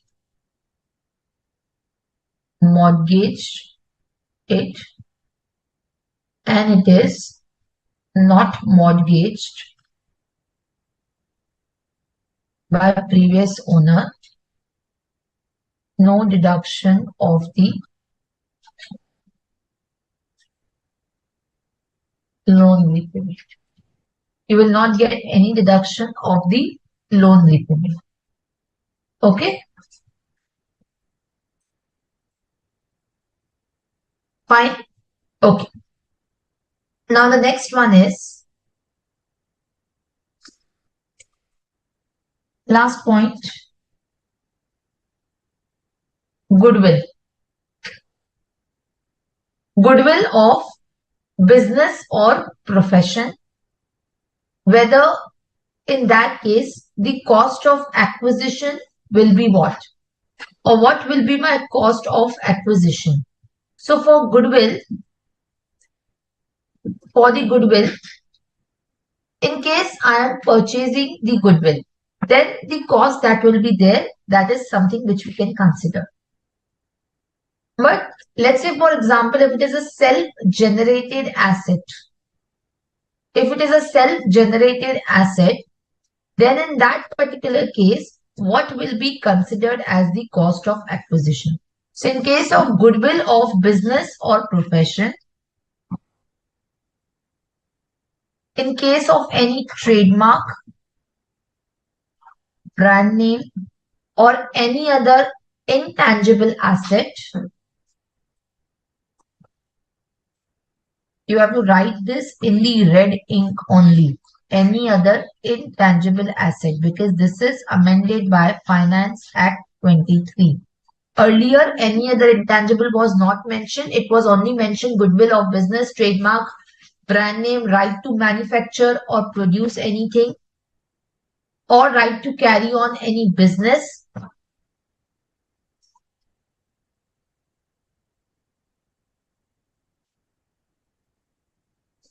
Right to carry on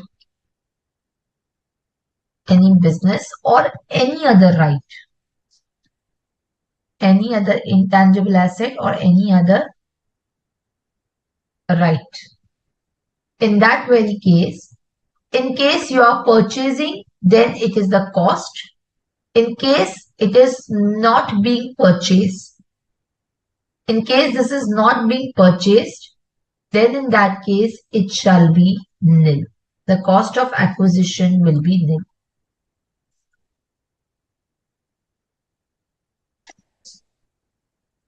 Right? Purchased, this will be actual cost. Other, this shall be nil. Okay, in other cases, it will be nil. Okay, any questions, any doubt?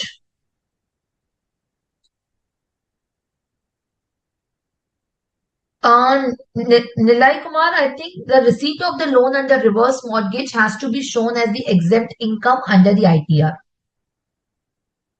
Okay? Yes. Now we proceed towards the reorganization. The next part of our capital gain.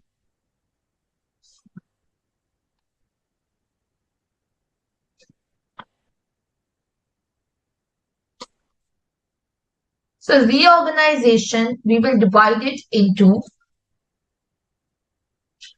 4 segments. One is transfer of capital asset by a holding company to wholly owned subsidiary and vice versa. Second is amalgamation. Third is demerger. Fourth one is slump sale. And last one is conversion of company to LLP and vice versa. Okay, so these are the topics that we are going to cover under the reorganization. All of you, are you attentive over here? Yes, because this is very, very important and the major crux for your final exam. So the majorly under the final exam, these are the areas which gets tested. Okay, these are the areas which are get tested. Now, understand one thing. So, in the case of the reorganization, the first thing is the transfer of capital asset by the holding company to a wholly owned subsidiary, and then vice versa situation that we are going to deal with. So that is the first important aspect that we are going to look at it. Okay. Now, first is transfer of capital asset by the holding company to a wholly owned subsidiary. So just write down transfer of capital asset by a holding company to a wholly owned subsidiary. Now, when the capital asset is being transferred by the holding company to a wholly owned subsidiary, there are two conditions if these are fulfilled.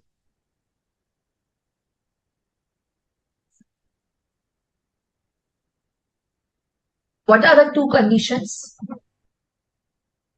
One is this is a wholly owned subsidiary.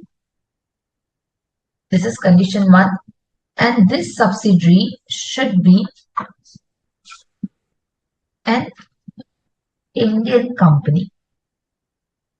This should be an Indian company. Now, this will not be regarded as transfer under section 47(4). This is not regarded as transfer under section 47(4). Secondly, this is situation one. The second situation is where the subsidiary company, again, this should be the wholly owned subsidiary, is transferring the capital asset to a holding company. And this holding company should be an Indian company. Now, subsidiary can be a foreign subsidiary, but it should be only wholly owned subsidiary. This is also not regarded as transfer under section 47(5). Under section 47(5). So this is under section 47(4) and section 47(5). Okay. But there are conditions. There are two conditions over here. One is the primary condition, second is the additional condition. So in both of these cases, there are two conditions. First is the primary condition. Now the primary condition is that the subsidiary company should always be a wholly owned subsidiary.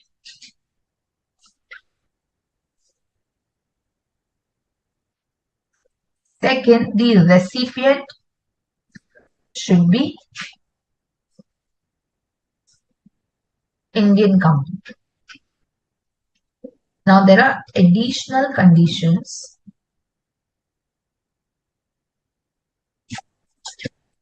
And what are the additional conditions? So the first one you understood, that this is the primary condition, that the subsidiary should be wholly owned subsidiary, and the subsidiary company or the recipient basically should be an Indian company. Now, what are the additional conditions? The additional condition is that the capital asset which is received should not be converted into the stock in trade.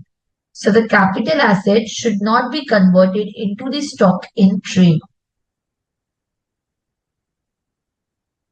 The recipient shall not convert. The recipient shall not convert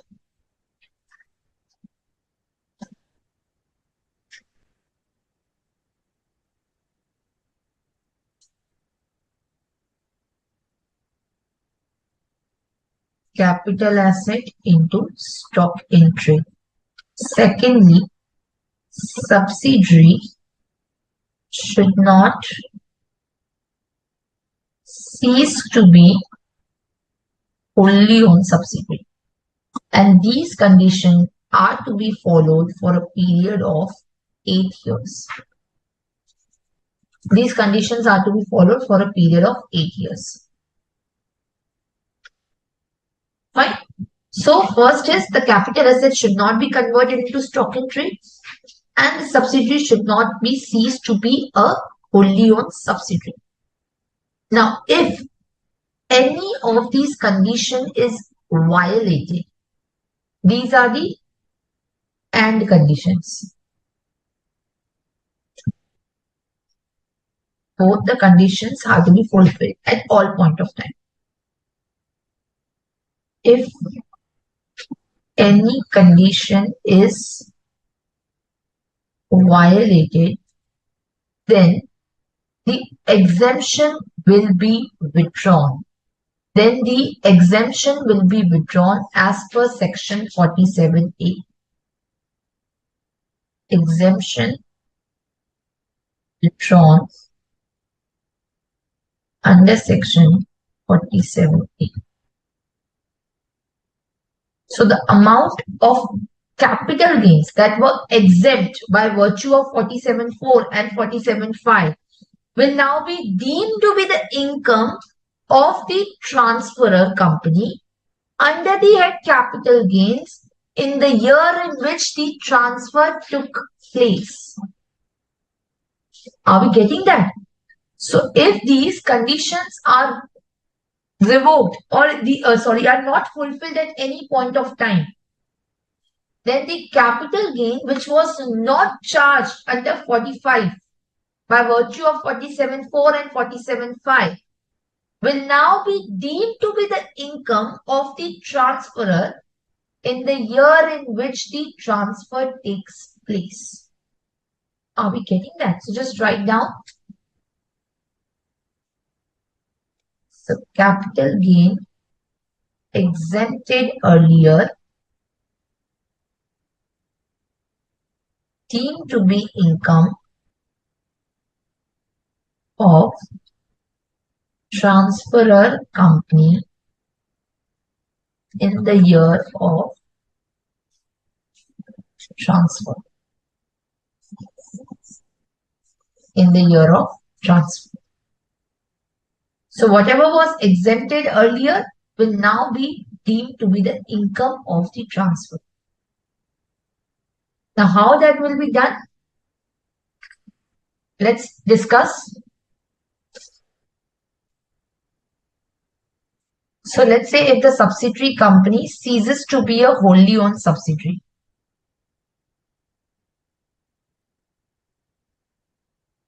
So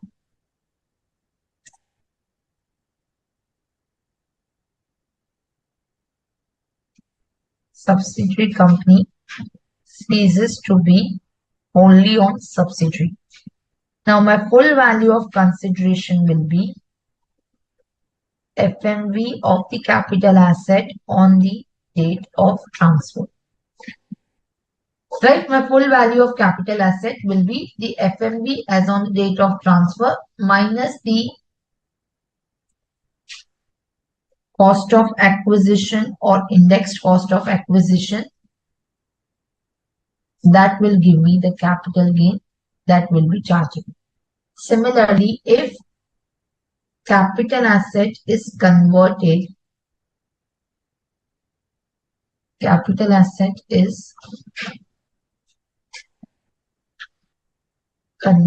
to stock in trade. Capital asset is converted into stock in trade. Now, if my capital asset is converted into stock in trade, then what will happen? Yes, students.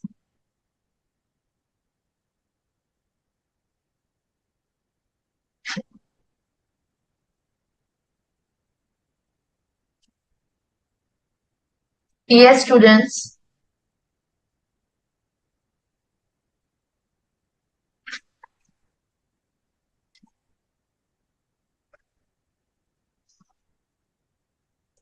What will be the implication? We have discussed that capital asset converted into stock in trade.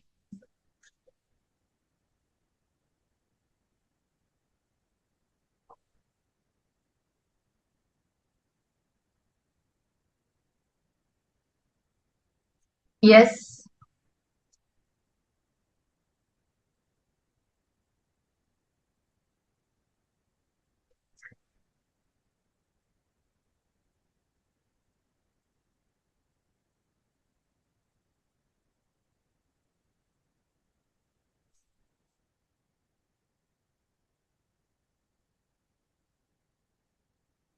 Yes, Mohammed. Very good. The capital gain when the stock in trade is sold.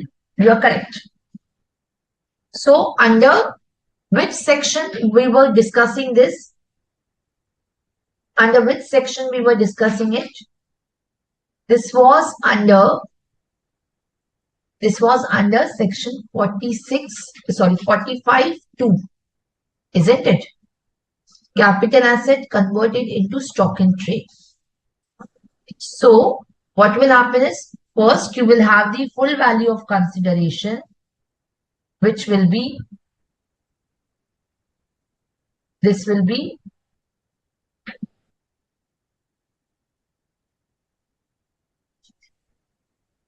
sorry, my full value of consideration will be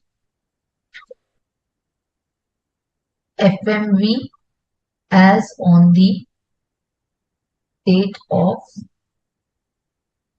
conversion, right? As on the date of conversion. Then minus cost of acquisition or indexed cost of acquisition. This will give me the capital gain. And when the stock in trade is sold. So see, as per 45(2), the capital asset when it is transferred or converted into a stock in trade, right? In that case, the 45(2) says that the taxability is in the previous year in which the stock in trade is sold. Taxability in the previous year in which the stock in trade is sold, right? But that is on the subsequent transfer of capital asset by the subsidiary company or the holding company, whatever is transferring. So when the recipient company is converting the capital asset into stock in trade, there will be the taxability which will be in the previous year in which the stock in trade is actually sold. So just write down.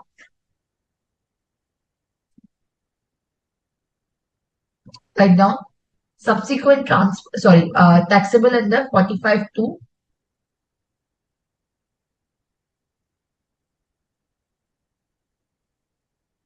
Taxable under section 45(2). One second, there's some issue. The writing pad. Yeah. When the stock in trade is, so this is, you can here write there. taxable under section 45. But my period of holding will be till what? Period of holding till the capital asset is converted. Period of holding as well as the indexation. It is taxable in the previous year in which stock in trade is sold.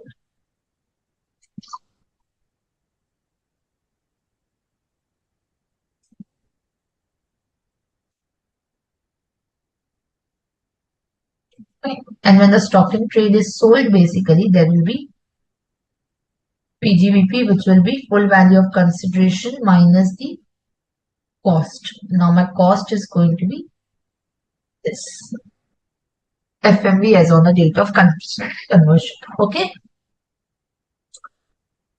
Is this clear? Yes or no? Yes. Are we clear, students? Any questions? Any doubt? Yes.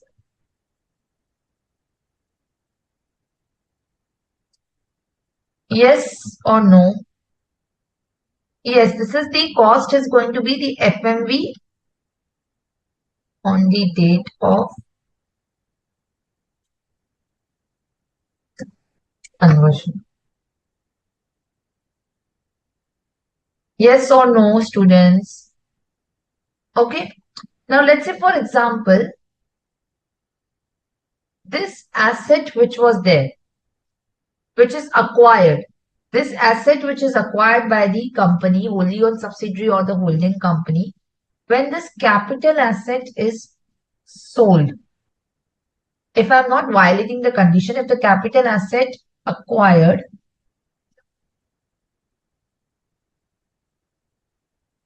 is transferred, if the capital asset acquired is transferred, what will be the cost of acquisition? The cost of acquisition will be the cost to the previous owner. Again, here the period of holding will be clubbed. And indexation will also be from the year in which capital asset was held by the previous owner. Okay, so from that year, the indexation will be available. This is as per Manjula Shah. This is as per explanation 1 to section 242A. This is section 49.1. But if, let's say, for example, the conditions are violated, if my conditions are violated, and in that case, the capital asset, let's say the subsidiary company now ceases to be a wholly owned subsidiary, and now this company then transfers the capital asset acquired. So then this is not going to be applicable. So this is applicable only when the exemption is claimed under 47.4 and 47.5. But let's say, for example, when the exemption is getting revoked under 47A because you are not fulfilling the conditions, then the cost of acquisition here will be cost paid to acquire the asset. The cost paid to acquire the asset, that cost will be taken into consideration and not the cost to the previous owner. The cost to the previous owner will be taken only when you are claiming the exemption under 47.4 and 47.5. Also, your clubbing of period of holding will not be applicable. Because the clubbing of period of holding is also applicable when you are claiming the exemption under 47.4 and 47.5. So, here no clubbing of period of holding. Yes? Any questions? Any doubt? Yes?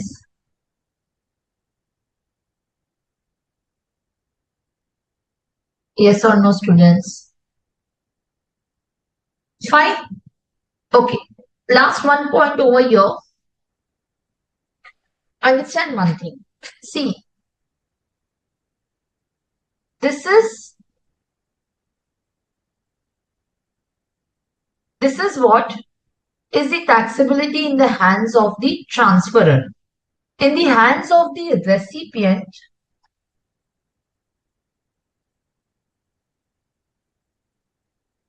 no 56 to 10.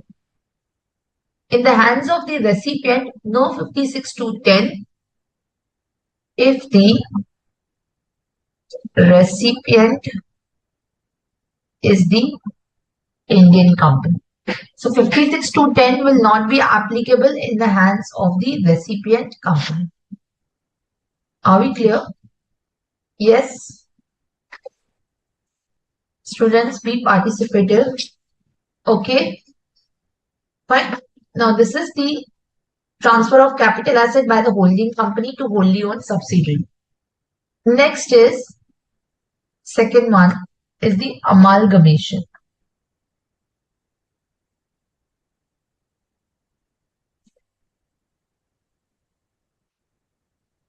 So we'll finish now the amalgamation and demerger today, and then maybe we will take the slump sale in the next class.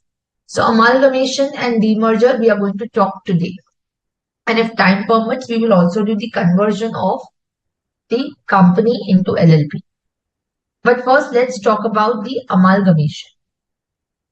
Now, in the case of amalgamation, what happens is, in the case of amalgamation, let's say a company A gets amalgamated with company B, isn't it?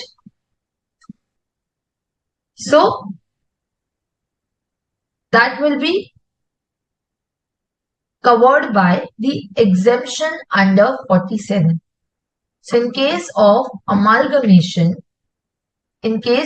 amalgamation, let's say there is a company A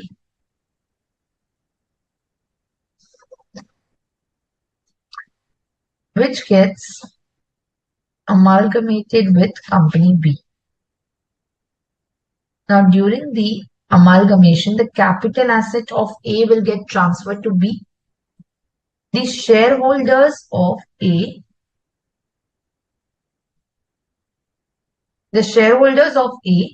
will also get the shares in B.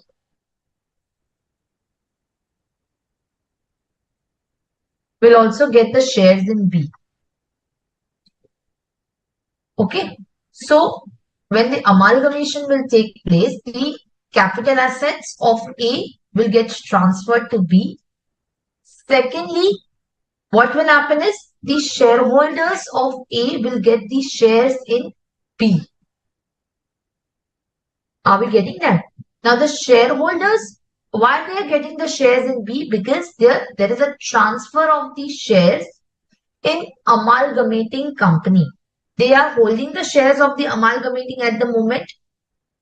Now because the A is getting amalgamated with B, there is extinguishment of their capital asset.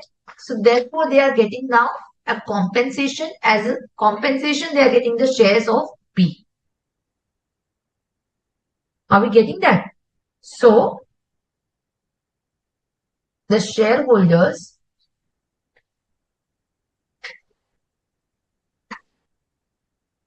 there is extinguishment of shareholding in A. So what consideration they are getting is, this is a consideration for them, shares plus let's say some cash. Are we getting that? So now, first of all, if you read the definition of amalgamation, amalgamation is defined under section 2(1)(b) of the Act. Amalgamation is defined under section 2(1)(b) of the Act. It says amalgamation means what? Amalgamation means the merger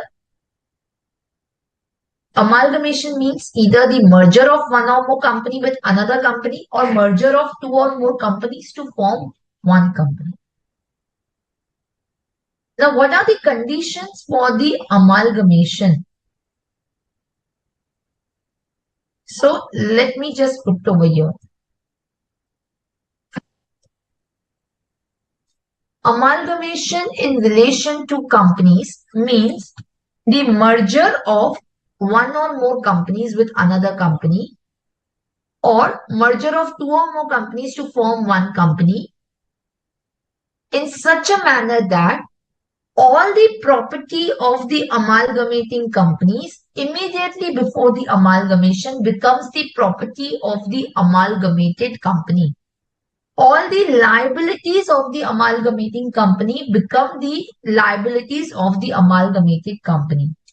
Shareholders holding not less than 75% in value of the shares in the amalgamating company become the shareholders of the amalgamated company. Are we getting that? So these are the conditions for the amalgamation under section 21B of the Act. Now, if these conditions, as per these conditions, if you are doing the amalgamation, there is exemption under section 47. Section 47 of the Act says, where there is any transfer of a capital asset by the amalgamating company to the amalgamated company. So this transfer of capital asset will not be considered as a transfer under section 47(6), provided this company is an Indian company. So this will not be considered as the transfer. Secondly, any transfer in the scheme of amalgamation of a capital asset, which is the shares or share held in the Indian company by the shareholders of the amalgamating company, where, let's say for example, the shareholders are transferring, where the shareholders are transferring their shares. Are we getting that? So even that will not be considered as the transfer. Are we getting? So there are two things which are happening during the amalgamation. If you see,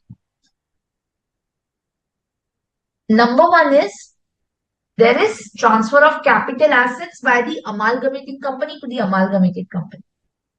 Secondly, there is a transfer by a shareholder, which is the shares which are held by him in the amalgamating company. Now that will also not be considered as transfer. So even this is not transfer under section 47(7) if he receives the shares of the amalgamated company. If he receives the shares of the amalgamated company, then again that will not be considered as transfer. Are we getting that? So the transfer of capital asset is not a transfer. The transfer of shares by the shareholder is not transfer. Clear? Now let's say for example, I told you here that the shareholders are getting the consideration from the amalgamated company in the form of shares plus cash. So if the consideration is in the form of shares, consideration in shares of amalgamated company, so that will not be considered as transfer. If the shares are being transferred and the consideration is in cash, if there's a monetary consideration also given, then the full value of consideration will be my sale consideration, what I'm getting, the cash amount. Cost of acquisition will be cost of shares. Period of holding will be my actual period. Are we getting that? So, in case the cash amount is given, then in that particular case, there will be taxability. But if the shares are only given of the other company, there will not be any taxability. Indexation will also be on the actual. Okay. So this is about the amalgamation. Now, let's say for example, if this company B transfers the capital asset which it has received from A. If this company B transfers the capital asset which it has received from A, then what will be the cost of this capital asset? So, in case of the amalgamation, when the capital asset which is received, now that is getting transferred.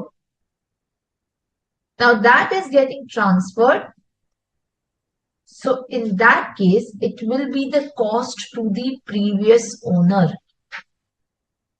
It would be the cost to the previous owner. Okay. So for the capital asset which is there, it will be the cost to the previous owner. So just write down.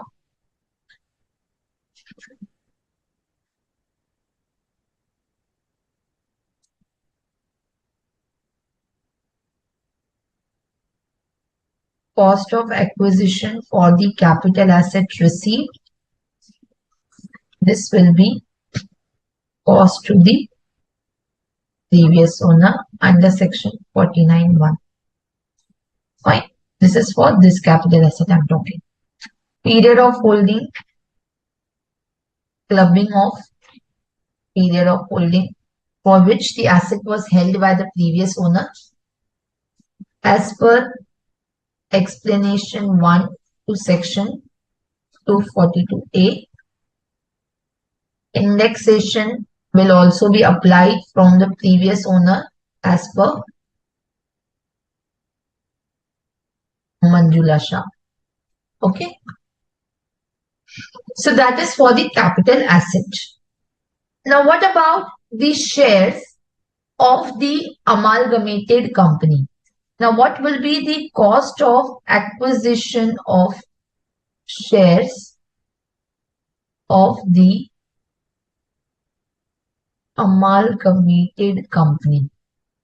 What would be the cost of acquisition of the shares? So I am getting the shares in return because I was holding the shares in company A. Isn't it? So in that case, the cost of acquisition of the shares which I have received of the amalgamated company, in that case, the cost of acquisition of the shares would be the cost of the shares in the amalgamating company. Cost of shares of amalgamating company. Again, what will be the period of holding? Again, for the purpose of the period of holding, again, this will be clubbed. So under 242A, the period of holding will get clubbed. So, where the asset which is there, which is the shares of the company, right, which is basically I have received during the amalgamation. Now this will be clubbed. Okay.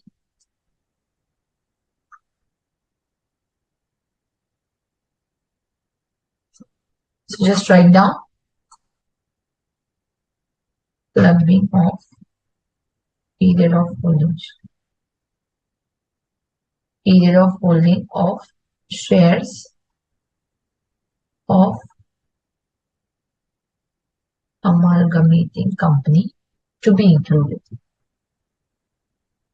Fine. Yes or no? So basically, the period of holding of the amalgamating company will also be included. Again, indexation, Manjula Shah will be applicable. So on indexation also, Manjula Shah will be applicable. So you can write down.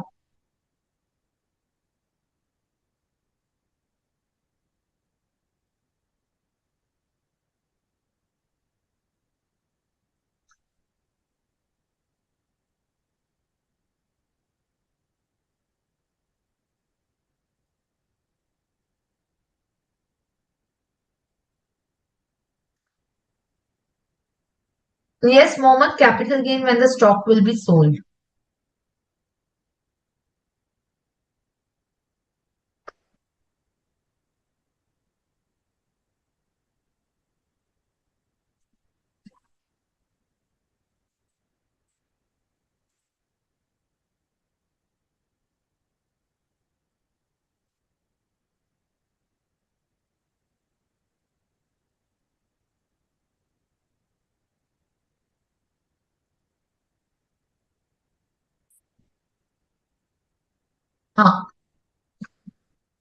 So indexation as per Manjula Shah. Okay. Fine. Okay.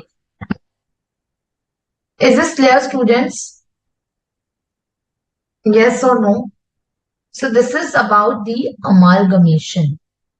Now, one more important point, as I told you, even for the um, distribution of the or transfer of the capital asset by the subsidiary company to the holding company or by the holding company to the subsidiary company.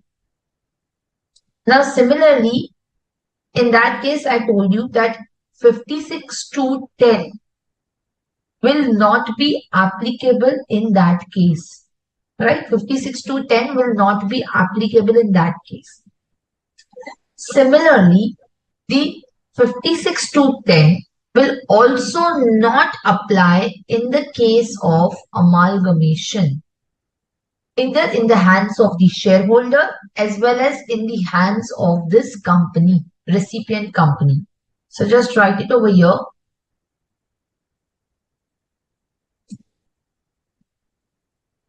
Section 56 to 10 not applicable.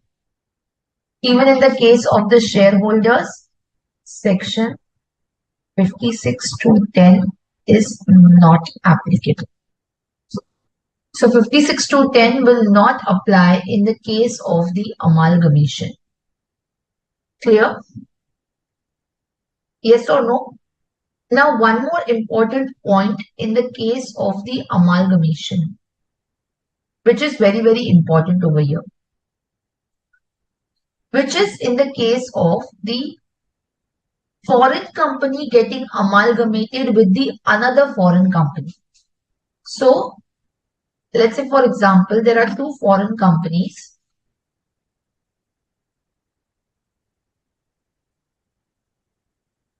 Now, this gets amalgamated with another foreign company. So, one foreign company getting amalgamated with another foreign company, this will also not be considered. So, any capital asset which is transferred by one foreign company to another foreign company during the course of amalgamation will also not be considered as the transfer under section 47, provided if the shares are held of the Indian company. So any transfer of a capital asset. So the capital asset which is transferred is the shares in the Indian company. Let's say this foreign company was having the holding in Indian company. Now, because of this transfer, because of this amalgamation, the shares in the Indian company are now also getting transferred to this another foreign company. So this also will not be considered as transfer, not transfer under section 47. What are the conditions? The conditions are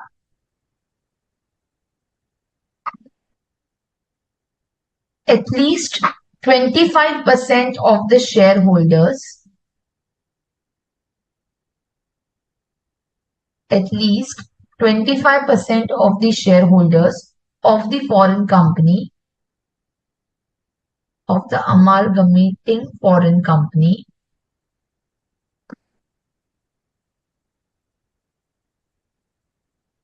remain shareholders of amalgamated foreign company.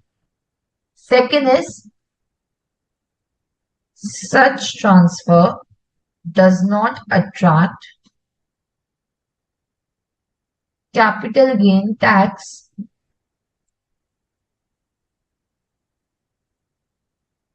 in foreign country. Fine. Such transfer does not attract tax in the capital gain tax in the foreign country. So that will not be considered as a transfer. Fine.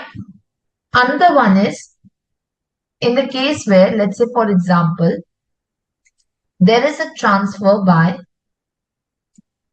a foreign company in the course of amalgamation with another foreign company. The capital asset which is being transferred is the share in a foreign company, in another foreign company, which is deriving its value from the Indian assets, where the indirect transfer is applicable. What is indirect transfer? We'll see in international tax class. But the share which is being transferred, the capital asset which is getting transferred is the share of the foreign company, right? And that share derives its value directly or indirectly from the shares of the Indian company. Again, this will not be transfer under section 47, provided again the same conditions are fulfilled, which is at least 25% of the shareholders of the amalgamating company remain the shareholders of the amalgamated company, and such transfer does not attract the capital gain tax in the foreign country. So if both these conditions are satisfied, it will not be taxable transfer. Clear?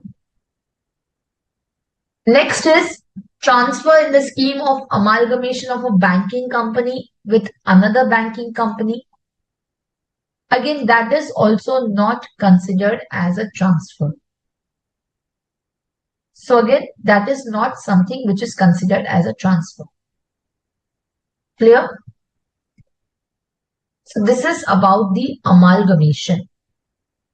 Now, in the case of amalgamation, if you remember in the PGBP class, we had certain discussion regarding the depreciable asset. Regarding the depreciable asset. So in case of, as I told you, in case of the depreciable asset, so if you look at here, what did I say? That the cost of acquisition will be the cost to the previous owner. Cost of acquisition will be my cost to the previous owner. Now this cost will be for, which is what I'm talking about for the depreciable asset. This is what I'm talking about for the depreciable asset. In case of non-depreciable asset. But if it is, let's say, for example, a depreciable asset, if it is a depreciable asset, So then in that particular case, what will happen? In case I have a depreciable asset, or let me just write it down. It will be congested over here. So asset, or you can write depreciable asset transferred by amalgamating company to amalgamated company. Cost of asset to amalgamated company will be WDV of asset to amalgamating company. Fine. Depreciation to be apportioned proportionately between the number of days asset is used by both companies. Fine. Number of days the asset is used by both the companies. Clear? So depreciation is to be apportioned. Fine. Now, what about the losses of the amalgamating company? Losses of amalgamating company. Now, in that case, we have section 72A. We have section 72A of the Income Tax Act, which says where there is amalgamation, where there is an amalgamation of, so amalgamating company, which companies are covered? One is industrial undertaking,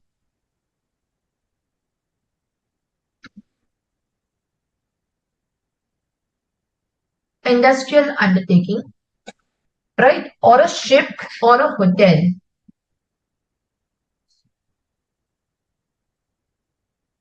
Or hotel. Or a bank. Or a public sector company. Or a public sector company. Then in these particular cases,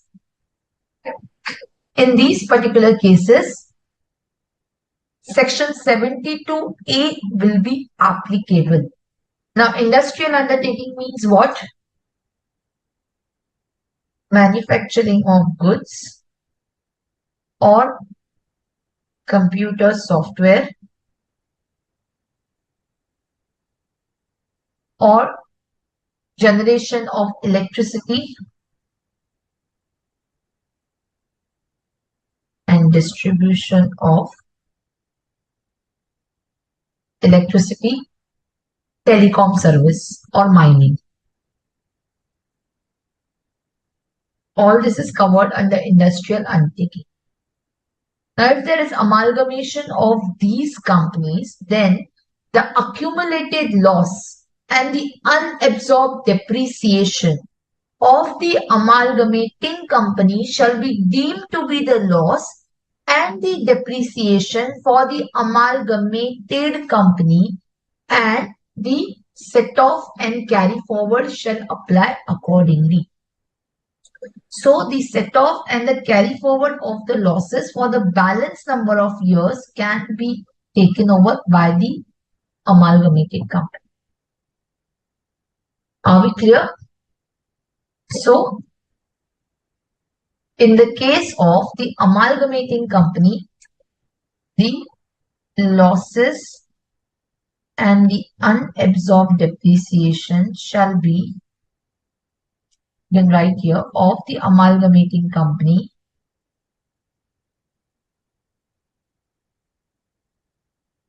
shall be deemed to be loss and unabsorbed depreciation of amalgamated company. Are we clear? So in that particular case,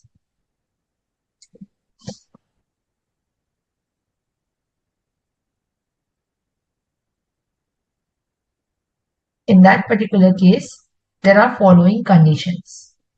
What are the conditions? That for the amalgamating company,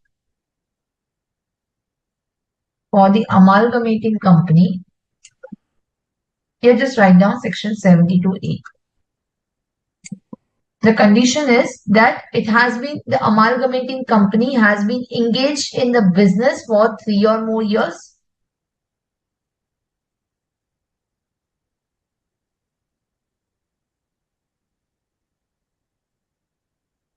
For greater than equal to 3 years. Has held 3/4 of value of assets, book value of fixed assets for greater than equal to 2 years. And there are also conditions for the amalgamated company. What are the conditions? It will hold the assets, hold 3/4 of book value of fixed assets for greater than 5 years. Right? It is for greater than 5 years. Then continues same business of the amalgamating company for greater than 5 years. Okay. So you have to see that both these conditions are satisfied so that the losses can be carried forward. In case where the conditions are not complied, then the loss and the unabsorbed depreciation shall be deemed to be the income of the amalgamated company. So violation of conditions, UAD and business loss deemed to be income of amalgamated company. Yes. Any questions? Any doubt? Yes or no, student? Any questions or any doubt? Okay. So this will be allowed for a fresh period of 8 years. So it will not be for the balance period, but this will be for fresh 8 years. Unabsorbed depreciation is any which ways unlimited time, but business loss for a fresh period of 8 years will be allowed. Allowed for business loss. Okay. Yes, students, any questions, any doubt?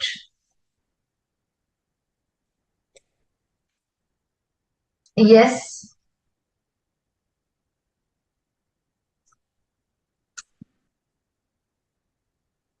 Okay. So if there are no questions, we'll stop here for today and we continue in the next class with the demerger and the balance, slump sale and the conversion of company, all of that. Okay. So let's close for today. Thank you so much. We can close the session. Thank you. Good night.